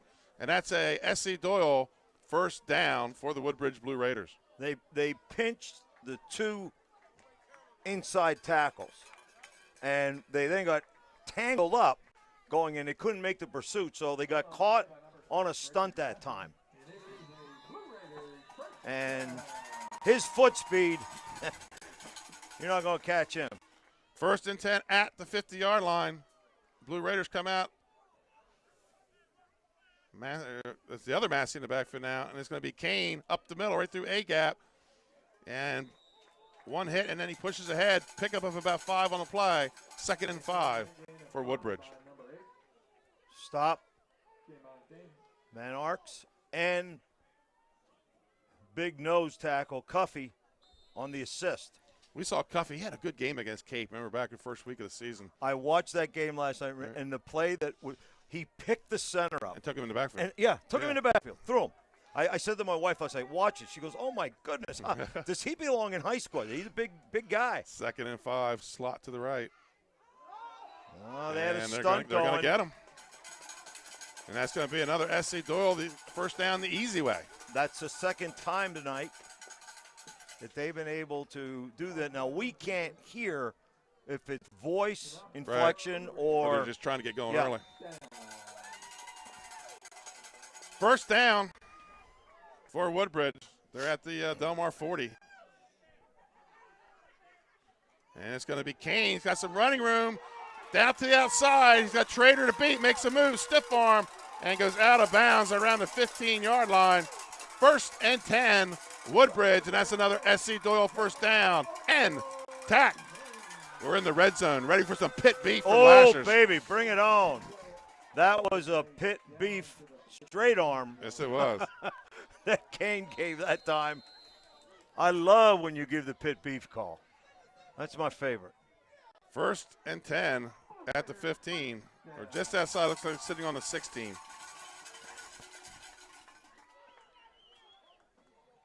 What a drive.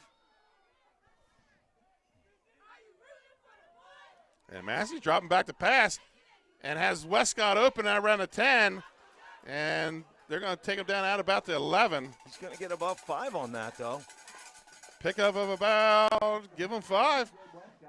2nd and 10, so they can still get the first down without getting the touchdown. Najir Gaines on the stop.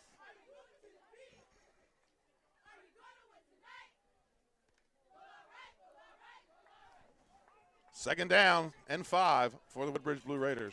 Nice breakup of plays. Excellent. And it's going to be Massey off the left side. Big hit by somebody. That was number 10, Van Arks. He delivered the wood on that one. Van Arks coming alive here in the second half. Pick up a 4. Interesting to see with the hard he's playing at linebacker, the toll it takes on him to come back and play quarterback. Come back and play quarterback but also. he brought the wood on that one. So Massey went to the earth. Gravity won on that one with that hit. Yep. 3rd and 1 for Woodbridge. And we said this would be a hard-hitting game. Kane up the middle. And, again, Von Arks on tackle, but he's got enough for the first down for another S.C. Doyle first down. First and goal for the Blue Raiders. They're taking Van Arks, putting him on the end, and slicing him down. Slicing him down from the outside. And so far they have been right, but they're getting 3-4 yards every shot. First and goal from the 6 or from the 5. And now Ed Manlove content with slowly bringing the plays in. Yes. They've chewed up a lot of clock. Yeah, we're under 5 minutes to play here in the third quarter. Massey off the left side. And he runs into Covington and Lilly. Great initial stop again. Von Arks was there, 10. And then a follow-up. That was Covington. With Covington. So that brings them, gets them back to the line of scrimmage. Brings up 2nd and goal from the 5. Yeah, and don't be mistaken, folks. These kids are playing hard. Yeah. Both teams are going at it here. This is a great boxing match. Woodbridge wants this one to try to put some ice on it early, and Delmar trying not to. Look at the splits up there. That's going to be a pitch to Massey, and follows his blockers. Touchdown, Woodbridge. He did a great job of throttling down, picking a hole, planting his foot, and heading upfield. And he's taking a beating tonight. And he's staying on for the extra point. You can tell he's going to be a sore young man at the end of this game. You won't feel it if you win this. That's right, until you lay down tonight. So it looks like they're going to go for 2 as they lead 18-0. Woodbridge ranked number 4 in the state. Delmar ranked number 1. And then comes Haynes from the sideline with the conversion play. Folks, you're watching 302 Sports here. The Kiwanis Trophy game.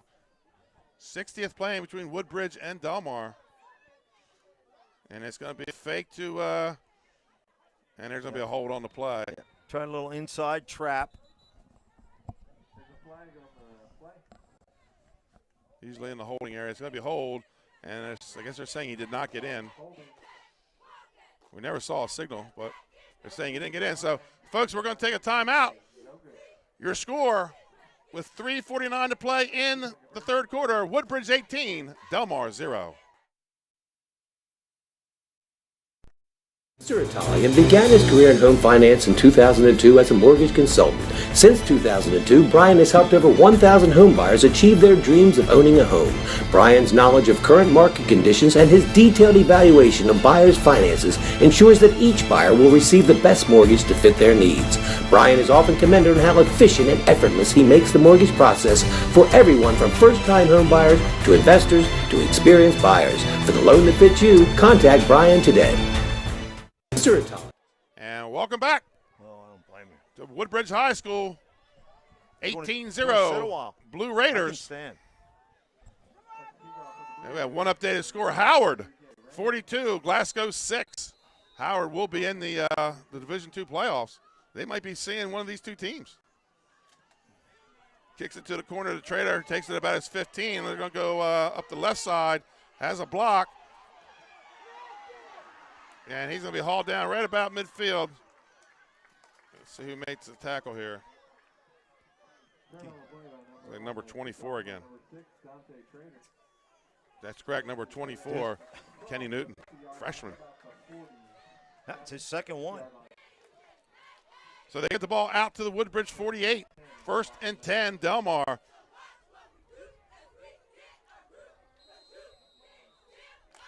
Going to be interesting. They need to try to get one in here. Von Arx, they're not sitting on the play this time. Von Arx is going to bring it in from the sideline. I believe he's on the kickoff. Von Arx is on the kickoff team, too. Yeah. So 1st and 10 at the Woodbridge 48. The Wildcats, great field position. They need to punch one in. And it's going to be a handoff to Denard. No, it's going to be followed. Little fullback lead, and they're going to push the pile. 1st down. That's an SC Doyle 1st down. Nice response. So a little quarterback pulls out the ball and just follows Denard for the 1st down.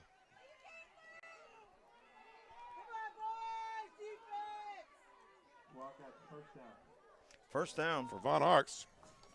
So, I said, how does he come back from the hard defensive series? He does. He comes back and gets a 1st down. So 1st and 10 at the Woodbridge 37.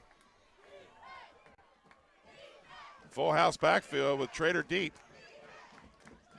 And it's going to be again same play. And tackle made. Come on, I just need a number. Number 9. Come on, Massey. Pickup of 5 on the play. 2nd and 5 for the Wildcats. If they're going to, Woodbridge has to slow them down. Well, you said it doesn't seem that Delmar is in any kind of a hurry to get up there. They got to score 3 times. They trail 18-0, so.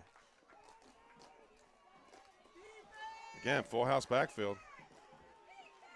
And same play again. Same play. It doesn't stop. It ain't broke. Don't fix That's right. it.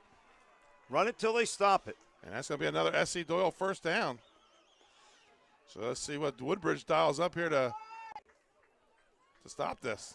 Well, three straight quarterback lead following the fullback. Now Benedict is coming off.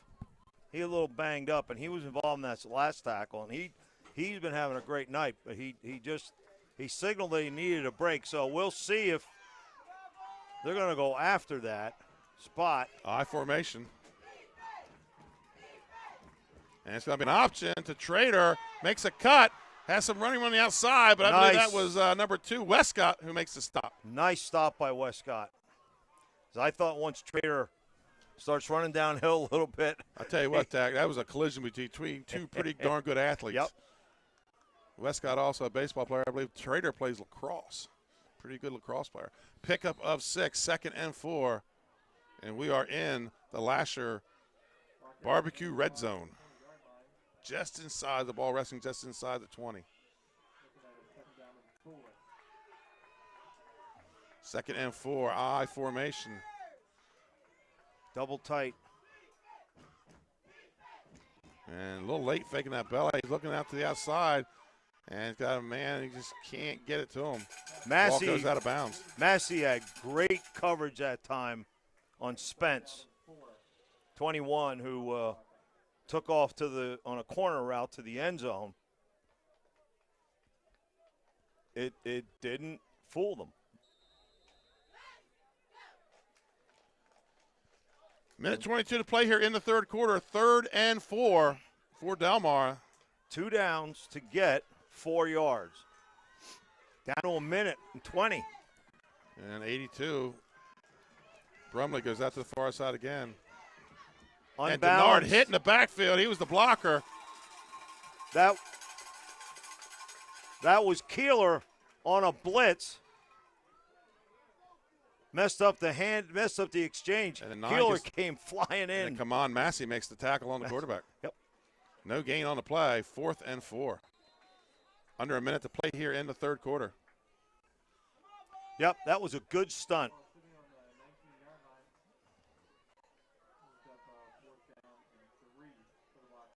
There and you know what? The Woodbridge kids are celebrating with each other. There's a lot of emotion that they're showing. Right. So go back to the power I.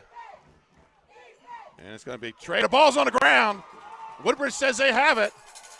Oh, he picked it up. That's Massey. Big block by Oakdale. Excuse me, 7. That's a pick, a scoop and score. Nobody blew it dead. Touchdown, Woodbridge, 24-0. I'll tell you what. Defense has done an unbelievable job. This game's not over yet, Tack, but let me tell you, I'm looking at two guys that play the game, and just well, we'll talk about it later. But there's a couple guys here from there's Woodbridge a couple guys that are having the game of their career. Yep, and I hear a fat lady starting to sing. Yeah, 24-0. I did not expect this. Amazing. No, they needed to get a score in. And Woodbridge takes it away and right. then scores. Not like you said, not only takes away, they score with it. And we have a timeout on the field. I think they're just switching balls because that was Delmar's ball that they ran back on the pick How six. How long of a run was that? About 82 yards. 82 to 85 yards. I didn't see the initial. I couldn't tell. I didn't know if Keeler was in the initial hit or who it was. And we're going to go down to Pat Garriantes at the end of the third quarter just to see what he sees. He was right there at the 20 when it happened. And so if Jason, if you can let him know, we're going to be going back down to Pat at the end of this quarter. 24-0, folks. We're going to go to a quick commercial timeout. And we can come back some more of the Kiwanis Trophy game. I'm Scott Kammerer of SODEL Concepts. We have 8 locations, a catering company and a food truck right here on the Culinary Coast in southern Delaware, and we'd love to see you at one of our locations. Fish On in Lewis in the Villages of 5 Points. Lupo Italian Kitchen on Rehoboth Avenue in downtown Rehoboth, serving homemade pasta. Papa Grande's in downtown Rehoboth. Our treetop deck has the best happy hour around. And Matt's Fish Camp, located on Route 1 in North Bethany Beach, your classic seafood shack. At SODEL, we believe in beautiful, simple food and making the world a better place. See you soon. And welcome back to Woodbridge High School.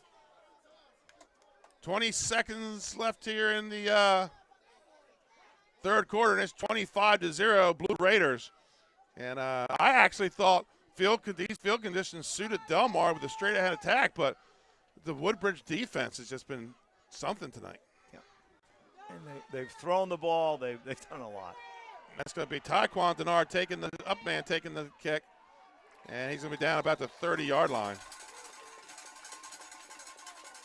Salesiano up 21-0 on St. Mark's. On your Barkley Heating Air out-of-town scoreboard. Plummer on his second special team tackle, 22. 14 seconds to play here in the third quarter. Delmar 1st and 10 at their own 30. Van Arks brings the play. I tell you, Southern Division Championship on the line, Kiwanis Trophy Game Cup, muddy. All the uniforms are starting to get, it feels like 1965 right now. Look at it. Yeah, you want to keep that smell in your hand. That's right. 1st and 10 Delmar. I love it. Good stuff. I formation motion comes to the near side, and it's going to be the first man through. That's Denard. Steps around a couple tackles, and secondary gets to him, and he's going to push it ahead, and that's going to be a first down. S.E. Doyle first down. Big push from behind there by number 52, Christopher Elliott. Helps get the first down. And Hastings was in there on the stop. Now we have an injury.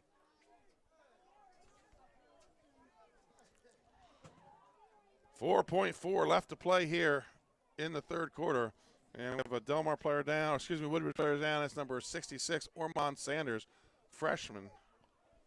And then to take a spot, number 55, Vinod Singh. Vinod, one of their starting old linemen.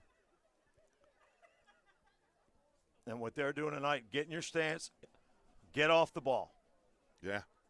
That's what they're doing. Outstanding. At halftime, Pat Garriantes, he came up to the booth and said the Woodbridge front five are just dominating the game right now. And we saw that from the first play. Yep. That first play, that was a knockback block by the whole line.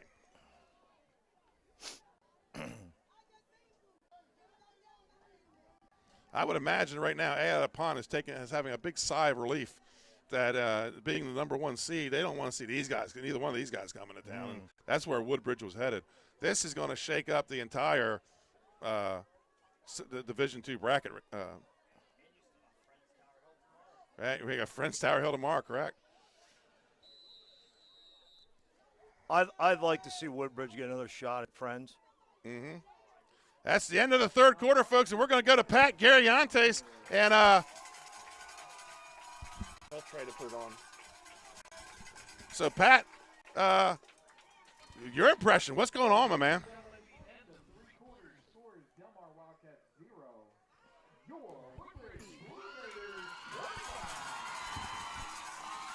Thanks, Benny. Yeah, hey, big third quarter there by Woodbridge, continuing to dominate this game. They go down, they score a touchdown early to get the swagger back. Delmar punches them in the mouth a little bit, moves the ball for really the first time we've seen the game, and then you saw right there the big play, the fumble. And I know everybody at home is like, and everyone down here is like, was he down? Was he down? I didn't get a really good look at it, but the point was those guys in stripes, they didn't blow the whistle. You gotta keep playing on. Woodbridge takes advantage of it. This is on the verge of domination if it's not there already. Woodbridge is looking good. Thanks, Pat Gariantes, our sideline reporter for tonight's game. Does an outstanding job. And Pat, an old St. Elizabeth's guy, I believe, played on his championship team, 2010 state championship team. So here we go, start of the fourth quarter. 1st and 10, Delmar. Trader left side, picks up about 4 on the play. Can we bring up a 2nd and 6? I kind of see why Coach Hearn decided to not go with Trader at quarterback this year after finishing the season. He's maybe more valuable in the backfield. Oh, he's strong, and he has great get-off. Hastings on the stop that time. Empty backfield tack. Yep. Trips to the far side. Got to try to make it back. Von Ark's flushed out of the pocket. He looks downfield, and that's going to be in and out of the hands of Covington. A little low, and there's going to be a flag on the play. I think he may have been a hold. I know defensive coordinator Jed Bell saw a hold because he was chasing the referee down the sidelines. Jed Bell, many say he will take over as the head coach next year. Well, this is Ed Manlove's last regular season game. He has done a nice job with his defense. He really has.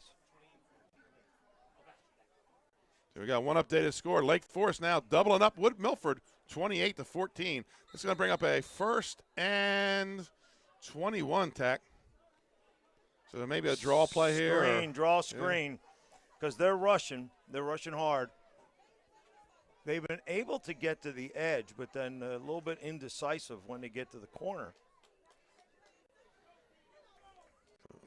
1st and 21 2nd and 21 for the Wildcats. That was a big holding penalty. And Von Arx rolls left. He's right away. He didn't even get a chance to set his feet. And who we got on that? Number 9. Kamon Massey. He went to set his feet tack, and 9 was right up in his face. And for the Massey. sack. Big loss in the play. It's going to bring up a 5th stop of the night. 3rd and a mile. 3rd and 25. What do you have in your 3rd and 25 playbook? Run and throw it deep. All right. That's about all you got. Say Woodbridge playing a little soft here at the linebackers, and he's going to roll to the right. Or hitch and pitch. That's what it was. That's what it was. Yep. And I tell you what, there was nobody over here to stop a Trader.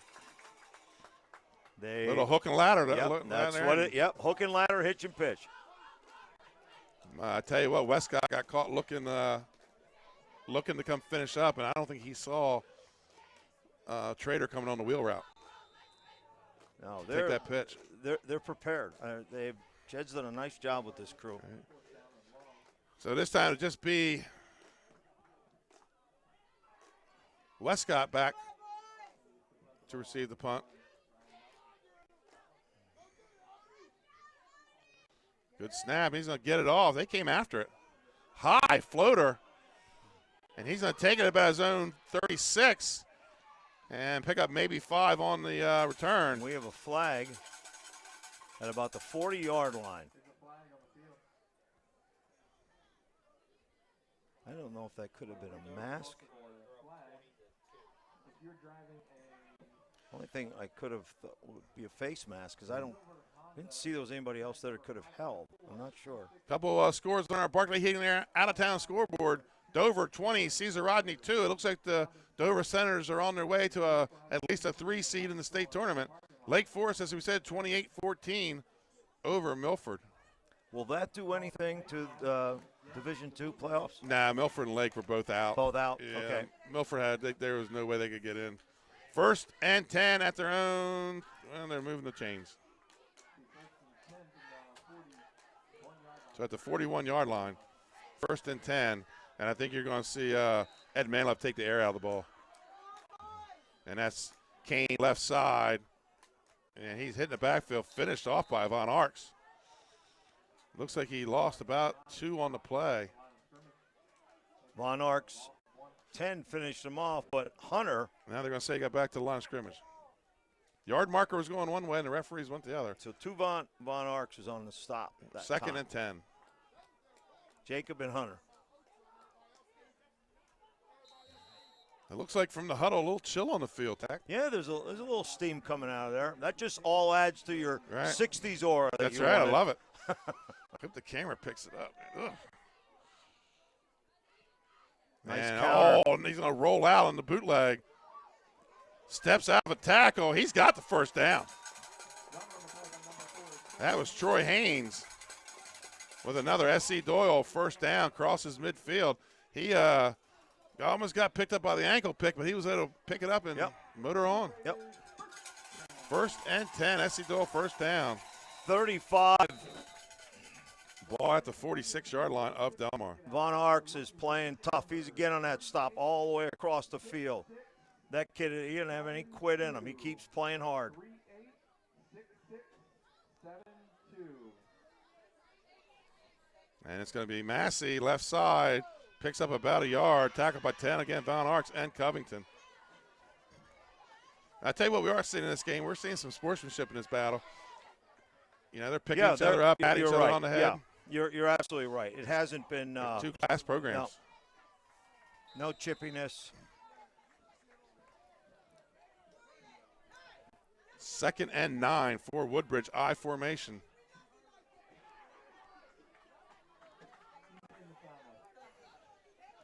And that's inside trap. Kane. Oh, breaks 2 tackles. Now he just has to run away from one. Tries to punch the ball loose. 1st down for Ocho. 1st down for Ocho. He's inside the 10. That's an S.C. Doyle 1st down. Covington again on the snap. And we're back in the last year red zone. 1st down for the Woodbridge Blue Raiders. Nice trap inside. Actually at the 14. Back to the I formation.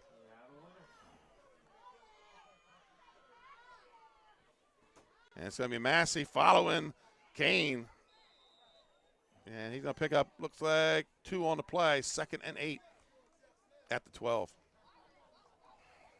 Von Arks again on the stop. He's leading everybody right now with 8 tackles.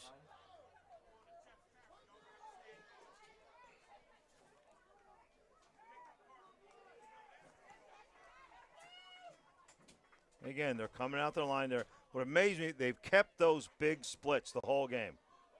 A disciplined sign. They're not creeping up. Oh, Haynes back to pass. He's got leads. He had a step, the killer. Maybe a little more on a line, and he has that, but tried to float it up there and throws it out of bounds. 3rd down, 3rd and 8. And Coach Ed Manlove, boy, he's mixing up the calls tonight. He's done a nice job. He really has. It's almost like he can just sense when the blitzes are coming, gets his receivers in one-on-one positions. 3rd and 8 for the Blue Raiders. Ball at the Delmar 12. They lead 25-0. Quite a performance. I formation. Trap again. Kane. And he takes it down inside the 10 to about the 6-yard line. Going to be short of the 1st down. Can bring up 4th and a long 2. And 35 again. Did you see that little sidestep? The trap wasn't there. Little sidestep. Little jump cut. And trap play, which they run last 2 out of 4 plays. And under center. Hunter Von Arks is a good linebacker. I like he's good. He's only an 11th grader. Right. 4th and 2 at the Delmar 6. So the Blue Raiders can get a first down without scoring. And they're going to throw the ball. And that's going to be incomplete. Turnover on downs. And Delmar will take over. 1st and 10 at their own 6 with 6:28 to play here in the game. At the end of the game, folks, we'll have a active pest control pest of the game, as well as the Louis Pizza player of the game. And we'll be able to get interviews tonight with Pat Gariantes down there with the wireless mic on the sideline.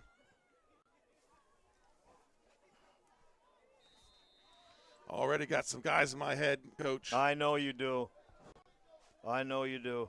I just can't wait 6 minutes and 30 seconds to tell everybody. I want to see the ants. When the ants come marching in. 1st and 10, Delmar. Power I formation. Vornax goes under center, and that's going to be Denard, the fullback. Breaks the tackle, steps over another one, and finished off by Keeler. He's close to a first down. Keeler having a real nice game. Westcott was involved. Keeler had a real presence tonight, and I would also say on the other side of the ball, Von Arx. 2nd and 1, a very short one for Delmar. They're old school middle linebackers.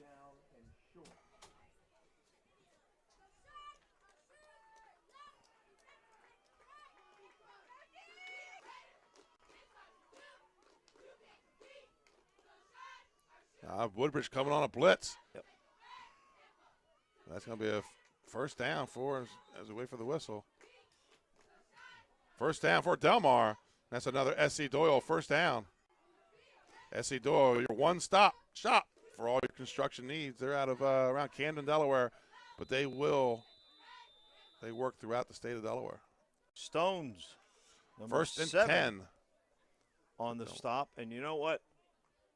Woodbridge kids picking them up off the ground, right, helping them up. Smart move. Both going both ways.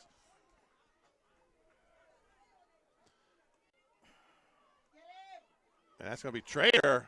And Westcott goes down and makes a touchdown saving tackle because Trader was he was hitting second gear. And that's going to be another S.C. Doyle first down.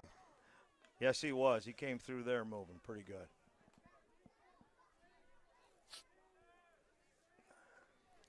Approaching 5 minutes to play in the game.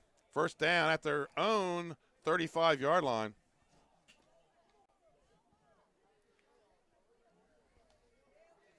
On the line, the Hennepin Conference Southern Division Championship. And Woodbridge now playing to improve that seed in the state tournament. And that's going to be Denard. He breaks a couple tackles. He's got it in the second gear, and he's got a first down out to about midfield. That brings up another S.C. Doyle first down. Stones again on the stop. And again, if you're going to get to the secondary, he's going to be the last guy there. 1st and 10, Delmar. And they're just starting to pick apart A-gap themselves.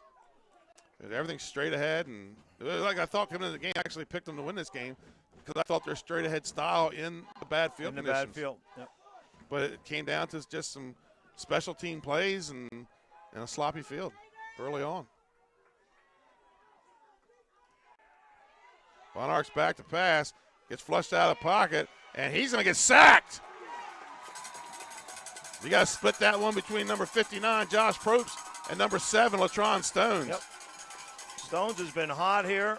And credit the Woodbridge secondary. Yes. And we have an injured player on the play. I'm going to tell you what. That's Probst's 3rd sack. Right. We'll have to next year. We'll have to get some type of ant trophy to get to these guys to the pest of the game. This guy can take home an ant tonight. I'm telling you. Interesting stats for Sally's. Sally's 188 to 11 in total yards. Andrew Watkins 17 ran the ball 17 times for 165 yards. Andrew Watkins 165 yards and a touchdown for us. Ladies and they're up 20 21-0 over St. Mark's. It looks like Salesiana will be headed down to the Castle. Play Sussex Central. That should be an interesting game. Sussex Central, 7 shutouts this year, Tack. Wow. That front 5. Yeah. They get off the ball. I have not seen a team all year. Flat backs, and their get-off is so good. They'll get to the heels of the offensive lineman, and then they become linebackers. Right. I mean, that's what impressed me about them. Yeah, they are just flat out good. Their linebackers don't get a lot to eat. Yeah, no. Because this front takes it away from them. Front takes it away from First them. man to the trough gets the meal, right? Yeah. Guess we should say first hog to the trough because there's some big boys, too. I was talking to Chuck Hudson, one of their assistant coaches, and I'd watched tape, and I saw him before the Cape game. I said, "You didn't tell me they were that good." He said, "Well, I wanted to see what you thought." I said, "Well, I think they're pretty good. They just get off the ball." Now, the first rounds, are they at the highest seed fields Yes, here? yeah. Okay. The high seed always plays at home till the finals. So Okay. no neutral sites until the finals. So here we go, second and looks like 20. Under 4 minutes to play in the game. And it's going to be, pulls it out, a little play action. Looks like he was, oh, wow. Wow. Number 10, Tajon Hammond.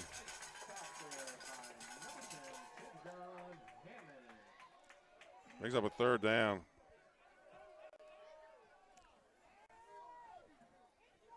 (28-21), Lake Forest over Milford. Is that a final? Didn't say.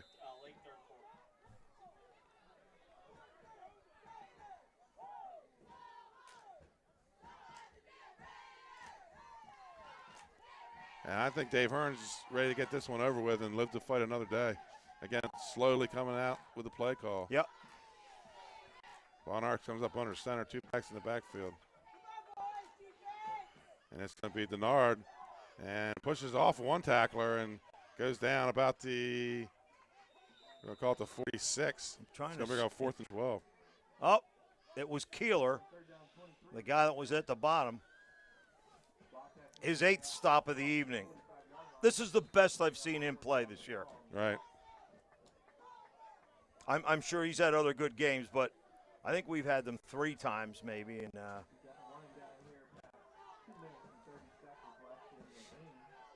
he's been reading well. Von Ark's back to pass on 4th down. Got a man open. He's got the first down. That's number 21, Vershawn Spence. Nice. What they did is they took Denard and flared him out. That brought Keeler out of the middle and opened in for the look-in. That's another S.C. Doyle first down. And the Wildcats on the move.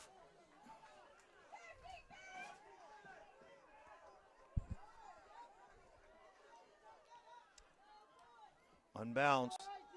He's throwing, going. Oh! He's just going to throw it out. That's going to be, that really should be grounding. That's number 53. Hastings. Another guy's had a good game. Yep.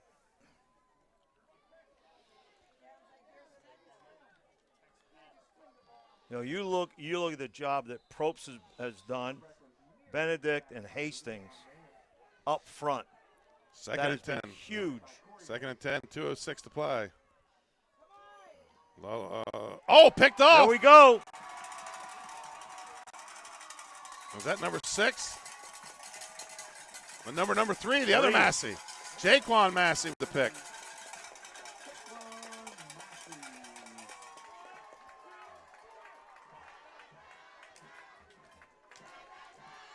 Going to be a late night in Woodbridge. Yes, it is, baby. Keep all the food joints open. People want to eat and celebrate. Yeah, I'm going to hit that Wawa there at 404 on my way out of here. I didn't get any of those scrapple sandwiches, man. You guys. I didn't either. They were, I mean, I think there may be crumbs on our shoulders. They look like seagulls. Oh, my. Didn't they look like seagulls? God, they were unbelievable how they attacked the scrapple. Under 2 minutes to play. Woodbridge first down. Kane left side. And Woodbridge trying to strip the ball now. He's going to pick up about 2 on the play. Second and 8. And that's a cramp. He's going to stretch it out and move on. That's it. That's your throwback football player there. Yeah. I don't need a trainer to stretch this. I'll stretch it myself. I know what to do. I like him. He's the leading tackler in the evening with 10. Hunter Von Arx, good linebacker. Minute 24 and counting to play here in the game. Woodbridge with a 25-0 lead, and I thought it'd be a lot closer than this, but a lot of great defensive plays. Well, you had to scoop and score. It's a lot of great defensive plays by Woodbridge that put their offense in some short situations. Yeah, and I saw the throwing the ball to me was a big difference. That's Massey, nowhere to go. He's going to lose a couple yards on that play. He's going to bring up a third and 10. But the clock's running. Folks, when the game ends, we're going to come back after a commercial with our pest of the game and player of the game. And Woodbridge players are already celebrating. They look like they are going to be the Henlopen Conference Southern Division champions. And they're going in victory formation. Yep. Nice job by the officials to encourage them to take a knee. A great win for Woodbridge. And folks, we'll stay right here with it. Woodbridge Blue Raiders, they win the Henlopen South and the Kiwanis Trophy.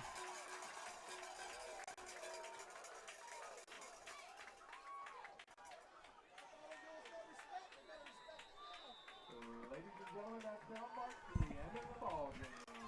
Final score, the Delmar Wildcats 0, your Woodbridge Blue Raiders 25. Folks, we're going to take a quick commercial timeout. We'll be right back with our player of the game.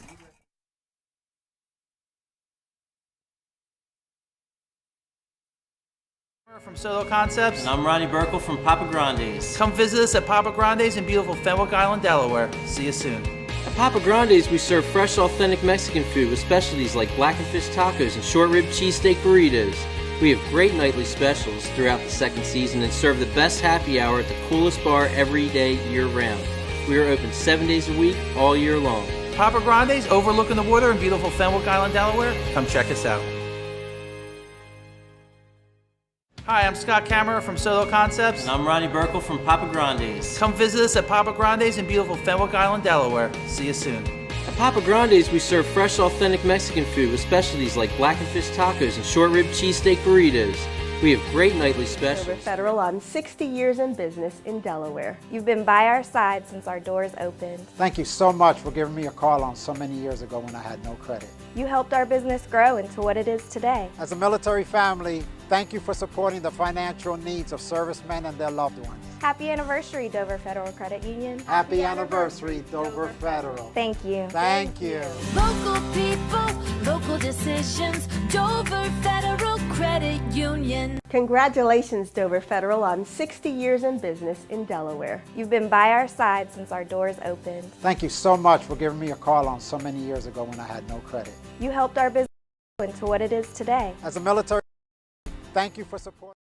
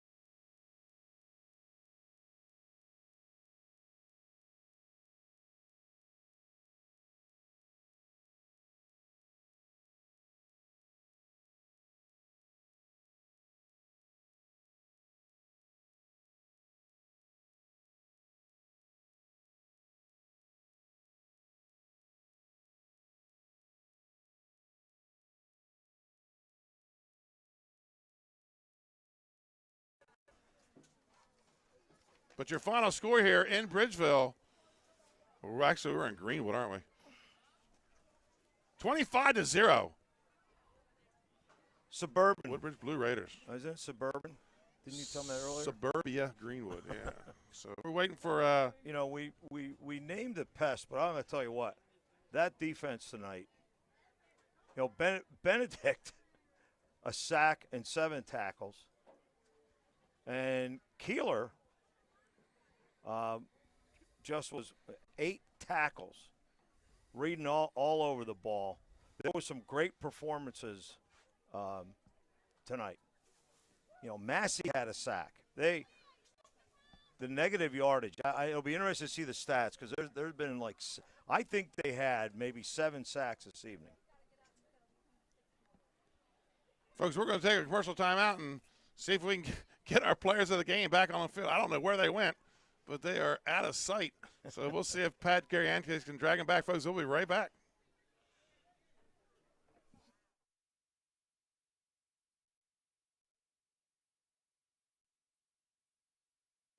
That means great specials throughout all of our restaurants. Come check it out. Catch 54 in Fenwick Island, Northeast Seafood Kitchen in Ocean View, Delaware, Blue Coast Seafood Grill and Raw Bar in North Bethany, Matt's Fish Camp in North Bethany, Lupo Italian Kitchen in Rehoboth Beach, Blue Coast Seafood Grill and Raw Bar in Rehoboth Beach, the Clubhouse at Baywood on Long Neck, Matt's Fish Camp in Lewis, Delaware, and Fish On in the Villages of 5 Points. If you missed any of them, check it out at SODELconcepts.com. See you soon. Hi, I'm Scott Kammerer from SODEL Concepts, the Director of Events at Baywood Greens. Planning a wedding is an exciting and wonderful time. Let us help you make it great.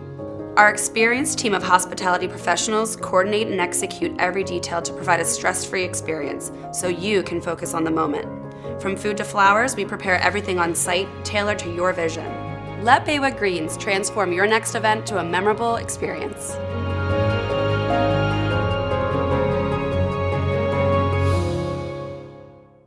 I'm Sarah, the Director of Events at Baywood Greens. Planning a wedding is an exciting and wonderful time. Let us help you make it great. Our experienced team of hospitality professionals coordinate and execute every detail to provide a stress-free experience so you can focus on the moment. From food to flowers, we prepare everything on site, tailored to your vision. Let Baywood Greens transform your next event to a memorable experience.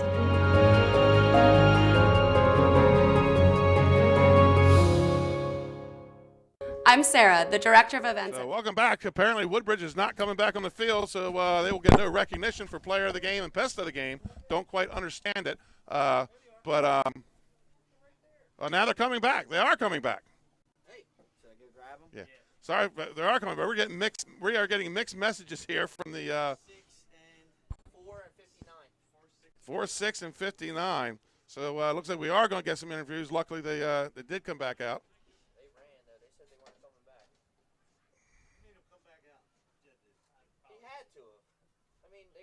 Somebody's got to see. That's what I'm saying. I think some of the media finally.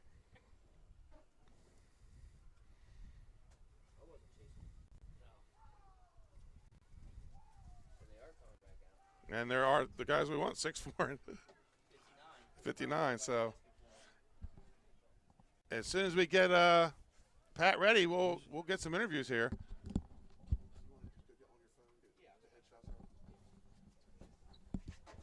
And here come the Woodbridge Blue Raiders. So, folks, Trey Mitchell's getting back up on the camera, and we're going to zoom in on these guys. And here we go. He's got number 59. Yep, here's Josh. Here is Pat with our pest of the game.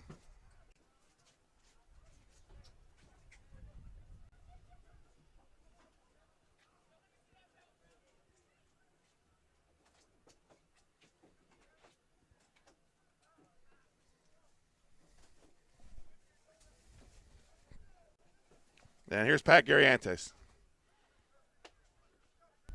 All right, Benny. Thanks down here with Josh Probst. Your pest of the game, defensively, 3 sacks on the night. You guys dominated the game up front. What was working for you tonight? You know, we just do what we do every week. It wasn't like a different week, you know. We just had to come out, execute, just play like we know how to play. It wasn't, you know, wasn't nothing special. Just had to come out and do it. The weather, obviously, was maybe a concern for you guys. The ground a little bit muddy. How did you guys overcome that and still be able to dominate the game up front? If you go right over there, practice field's way worse than this. So, I mean, we're used to it. Every time it rains, it's way worse than this. So, you know, we just came out here to play football no matter the conditions. Now, obviously, Delmar's known dive, the double dive. You guys have seen it for years. You've seen it for years. It's still hard to defend. You know, as far as on their side of the ball, what were your guys' keys, in this, you especially, in order to get the job done?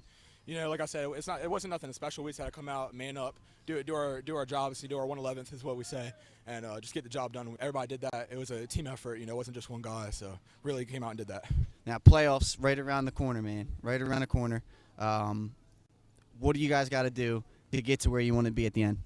Since the Milford game, we've been really picking it up, you know, so we just got to keep playing like we're playing. Again, nothing special, just keep doing playing like we know how to play. All right, there we go. You're pest of the game. There's our pest of the game, Josh. Thank you. Probst. And we'll come up. Benny, we're going to go grab your players of the game right after this. Thank you, Pat. So there's your pest of the game.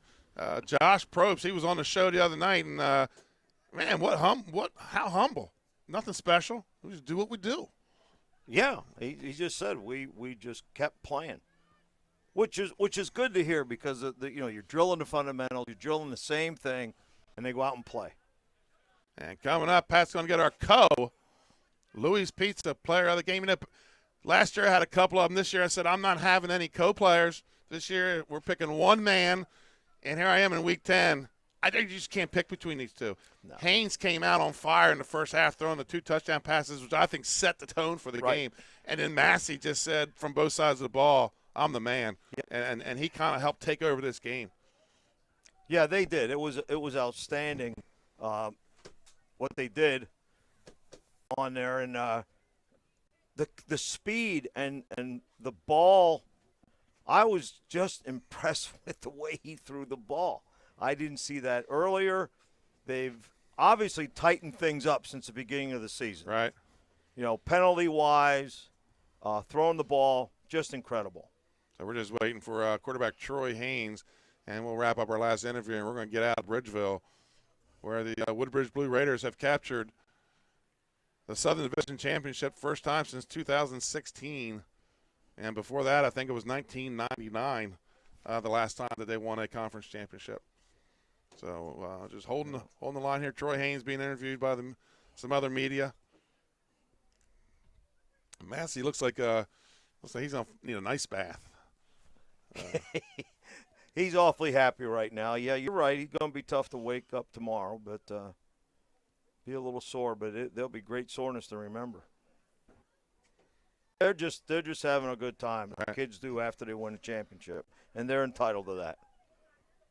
Just act like kids and enjoy the moment. So waiting on a couple more pictures here, and we'll have our Louis Pizza's co-players of the game with Pat Garriantes.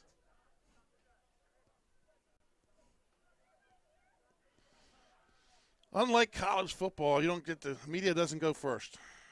It looks like family and friends go first. Yeah, he's going to grab now. I mean, it's just, they're not done taking used pictures. to this, right. And they have the belt out there. They have their championship belt, and remember last year, disappointing loss to Milford in the first round, or was it the second? Was it the semis? Okay, in the playoffs, and Milford just had their number last year, beat them 2 times, and we may have just watched. Depending on how the seeding goes, we may just watch the prelude to the state championship. If these two can get seeded, could they get seeded opposite? Yeah. Come up opposite sides of the bracket. 4-5 or 4-6, something like that. Then again, they could meet again. They could meet in the first round. All right, so here we go. Here we are. Troy Haynes coming over with Pat Garriantes, and he is our Louis Pizza player of the game. This is his first time he's had this honor. Always somebody just does a little more than him, but not tonight. It was all Troy Haynes. And let's take it to Pat Garriantes on the sideline.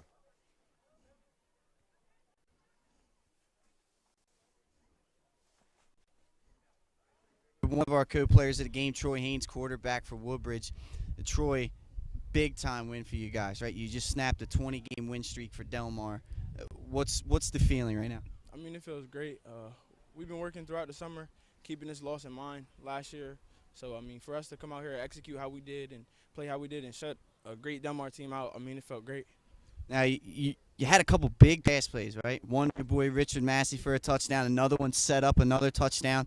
Talk about how, those plays kind of got your team rolling, and did you try to get a little bit of juice off of those? I mean, just like any other team, a big play like that, or like both of those, I mean, it builds the team up. We already came in intensity, but for us to do that, I mean, it felt great. That was the same plays that we were going over in film, knowing what was going to be open, what wasn't going to be open. So for the execute as well as it did, after we already talked about it, it felt great. Now, up front, that was kind of one of the keys to the game. I mean, you guys really dominated up front. Can you talk about your offensive line and how important that was for you guys to come out here and win? I mean, without my offensive line, I wouldn't have been able to make the plays that I was able to, and it meant a lot. I let every single last one of the offensive line know that thank you for what you've done tonight. And a lot of people have been doubting them because of the size. So for them to Delmar defensive line has been dominating all the last past 9 games. I mean, it's great. Playoffs right around the corner, right? You guys got to get geared up and ready to go for that one. What's one of the keys that you're going to be, talking to your teammates about and getting ready for a playoff run? One, executing. We need to execute the plays that we go over practice, and 2, we just got to keep the intensity up and just keep a level head. I mean, this is a big win, but we can't let it get to our head and let the first round of the playoffs like last year slip away from us. All right, here you go. Troy Haynes, co-player of the game tonight. Congratulations. Troy Haynes, our co-player of the game. Benny, right back up to you. We're going to try and get Richard. Thanks, Pat. And I was going to try to get Richard to hobble over. He's got the belt. Richard Massey, another guy that's just been, when you're on a team with Massey or with Ocho and Westcott and Keeler, it's hard to get those player of the game honors sometimes. You know. What I like about them is they're a team in the sense that there's just one player does not carry them. There's a good 5, 6, a real tight nucleus of good players that perform weekly. So one more interview here. Try to get Massey over. He's with another brand of media right now, and we'll get him over and finish up and wrap up the night. Let's go through the final stats. We never did get to do that. Our final stats of the night brought to you by Arenas Deli. Woodbridge, 326 yards total offense, 137 in the air, 189 rushing, and 12 first downs. Delmar, 179 total, 49 passing, 130 rushing, 11 first downs, but the big 3 turnovers. Denard, 12 carries for 73 yards. Trader, 11 for 42. Jamon Kane, 19 carries, 110 yards. Massey, 9 carries, 64 yards. Massey also had a catch for 55 and a touchdown. Westcott, 3 catches for 82. Troy Haynes, 4 of 8, 137 yards and a touchdown. So those are your Arenas Deli post-game stats. Brought to you by Arenas Deli. And I will tell you, folks, do try the Cajun chicken cheesesteak. I recommend it. So as we wait for Richard Massey, now I'm getting even hungrier. Running all these food commercials. And so we will let you folks, this Sunday at 11 o'clock, we will bring you the preview or the selection show for football, both Division I and Division II, and then maybe we'll be able to tell you more about what kind of coverage we are going to have for the upcoming playoffs. I do know when we get to at least the semifinals, we will switch to the NFHS network and be powered by 302 Sports. First round, we might be on 302. We don't know. It might all be NFHS. We'll have to see what the bosses say. But we will be carrying as much playoffs as we can and as much playoffs as we are allowed. And so tune in to 302 Sports for the selection show Saturday at 11 o'clock, or Sunday at 11 o'clock, live from the Collette Center, home of the DIAA. And a couple more pictures here, and we might be able to get Richard Massey. And here he comes with the belt.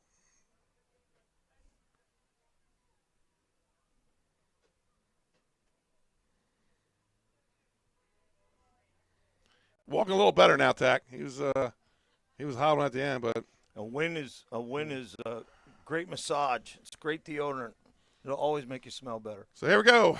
Pat Gariantes with Richard Massey, our Louis Pizza player of the game. All right, thanks, Benny. Yeah, here with Richard Massey, our other co-player of the game. Obviously, this is a big-time rivalry. You guys, you got the championship belt.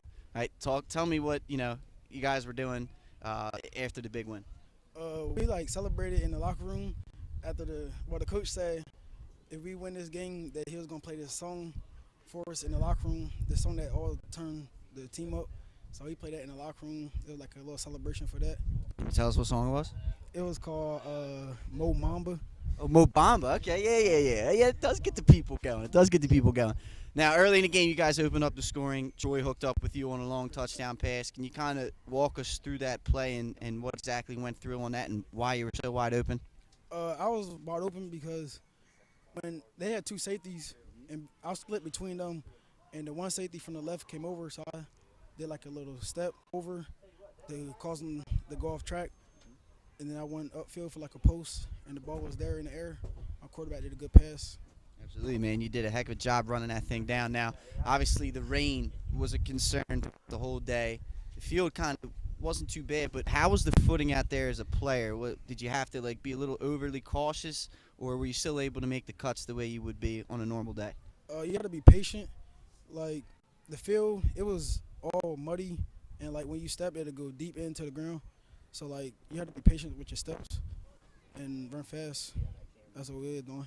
Now you guys got to look forward to a playoff run. I've asked everybody so far has come over here. Same kind of question, man. For you and your team, what are some of the keys to get Woodbridge going where you guys eventually want to be? We just got to work hard at practice as we always do. The coach always tells us never be cocky, but always be ready when we're playing against a team, and just be prepared when it's time to play for this game. There you go. Kings of the South, Woodbridge, man. Congratulations. Best of luck in the playoffs. All right, back up. Thank you, Pat. And now let's wrap it up, Tack. 25-0, not what we expected, but that's what we got. Woodbridge Blue Raiders are your Henlopen Conference Southern Division champions. Sunday we'll find out where they fall on the brackets. Your first Delmar Woodbridge game. What do you think? Outstanding. Great energy. Good football. Didn't surprise me that Woodbridge played as well as they did. You and I talked before, and what an improvement they've made since the beginning of the year.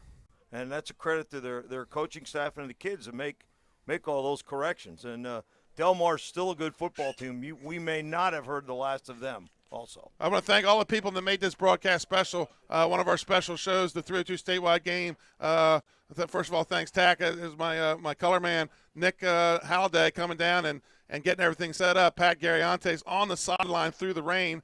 My assistant producer here, Jason Winchell. Dave Marvel on the stats. Really appreciate that because he helps us make these picks at the end of the game. And always on the roof under the tent, Trey Mitchell, our cameraman. So thanks to all those guys that came down and came out here and gave us this great production today. And like I said, 11 o'clock Sunday, preview the selection show, who's going to the state tournament, who's in, where they're going to be, who they play, when and where. And we'll be able to give you a little bit better information on what we're going to be covering in the playoffs. So definitely tell you we will have the semifinals and the finals. And again, for 302 Sports, folks, have a great sports weekend and have a safe night.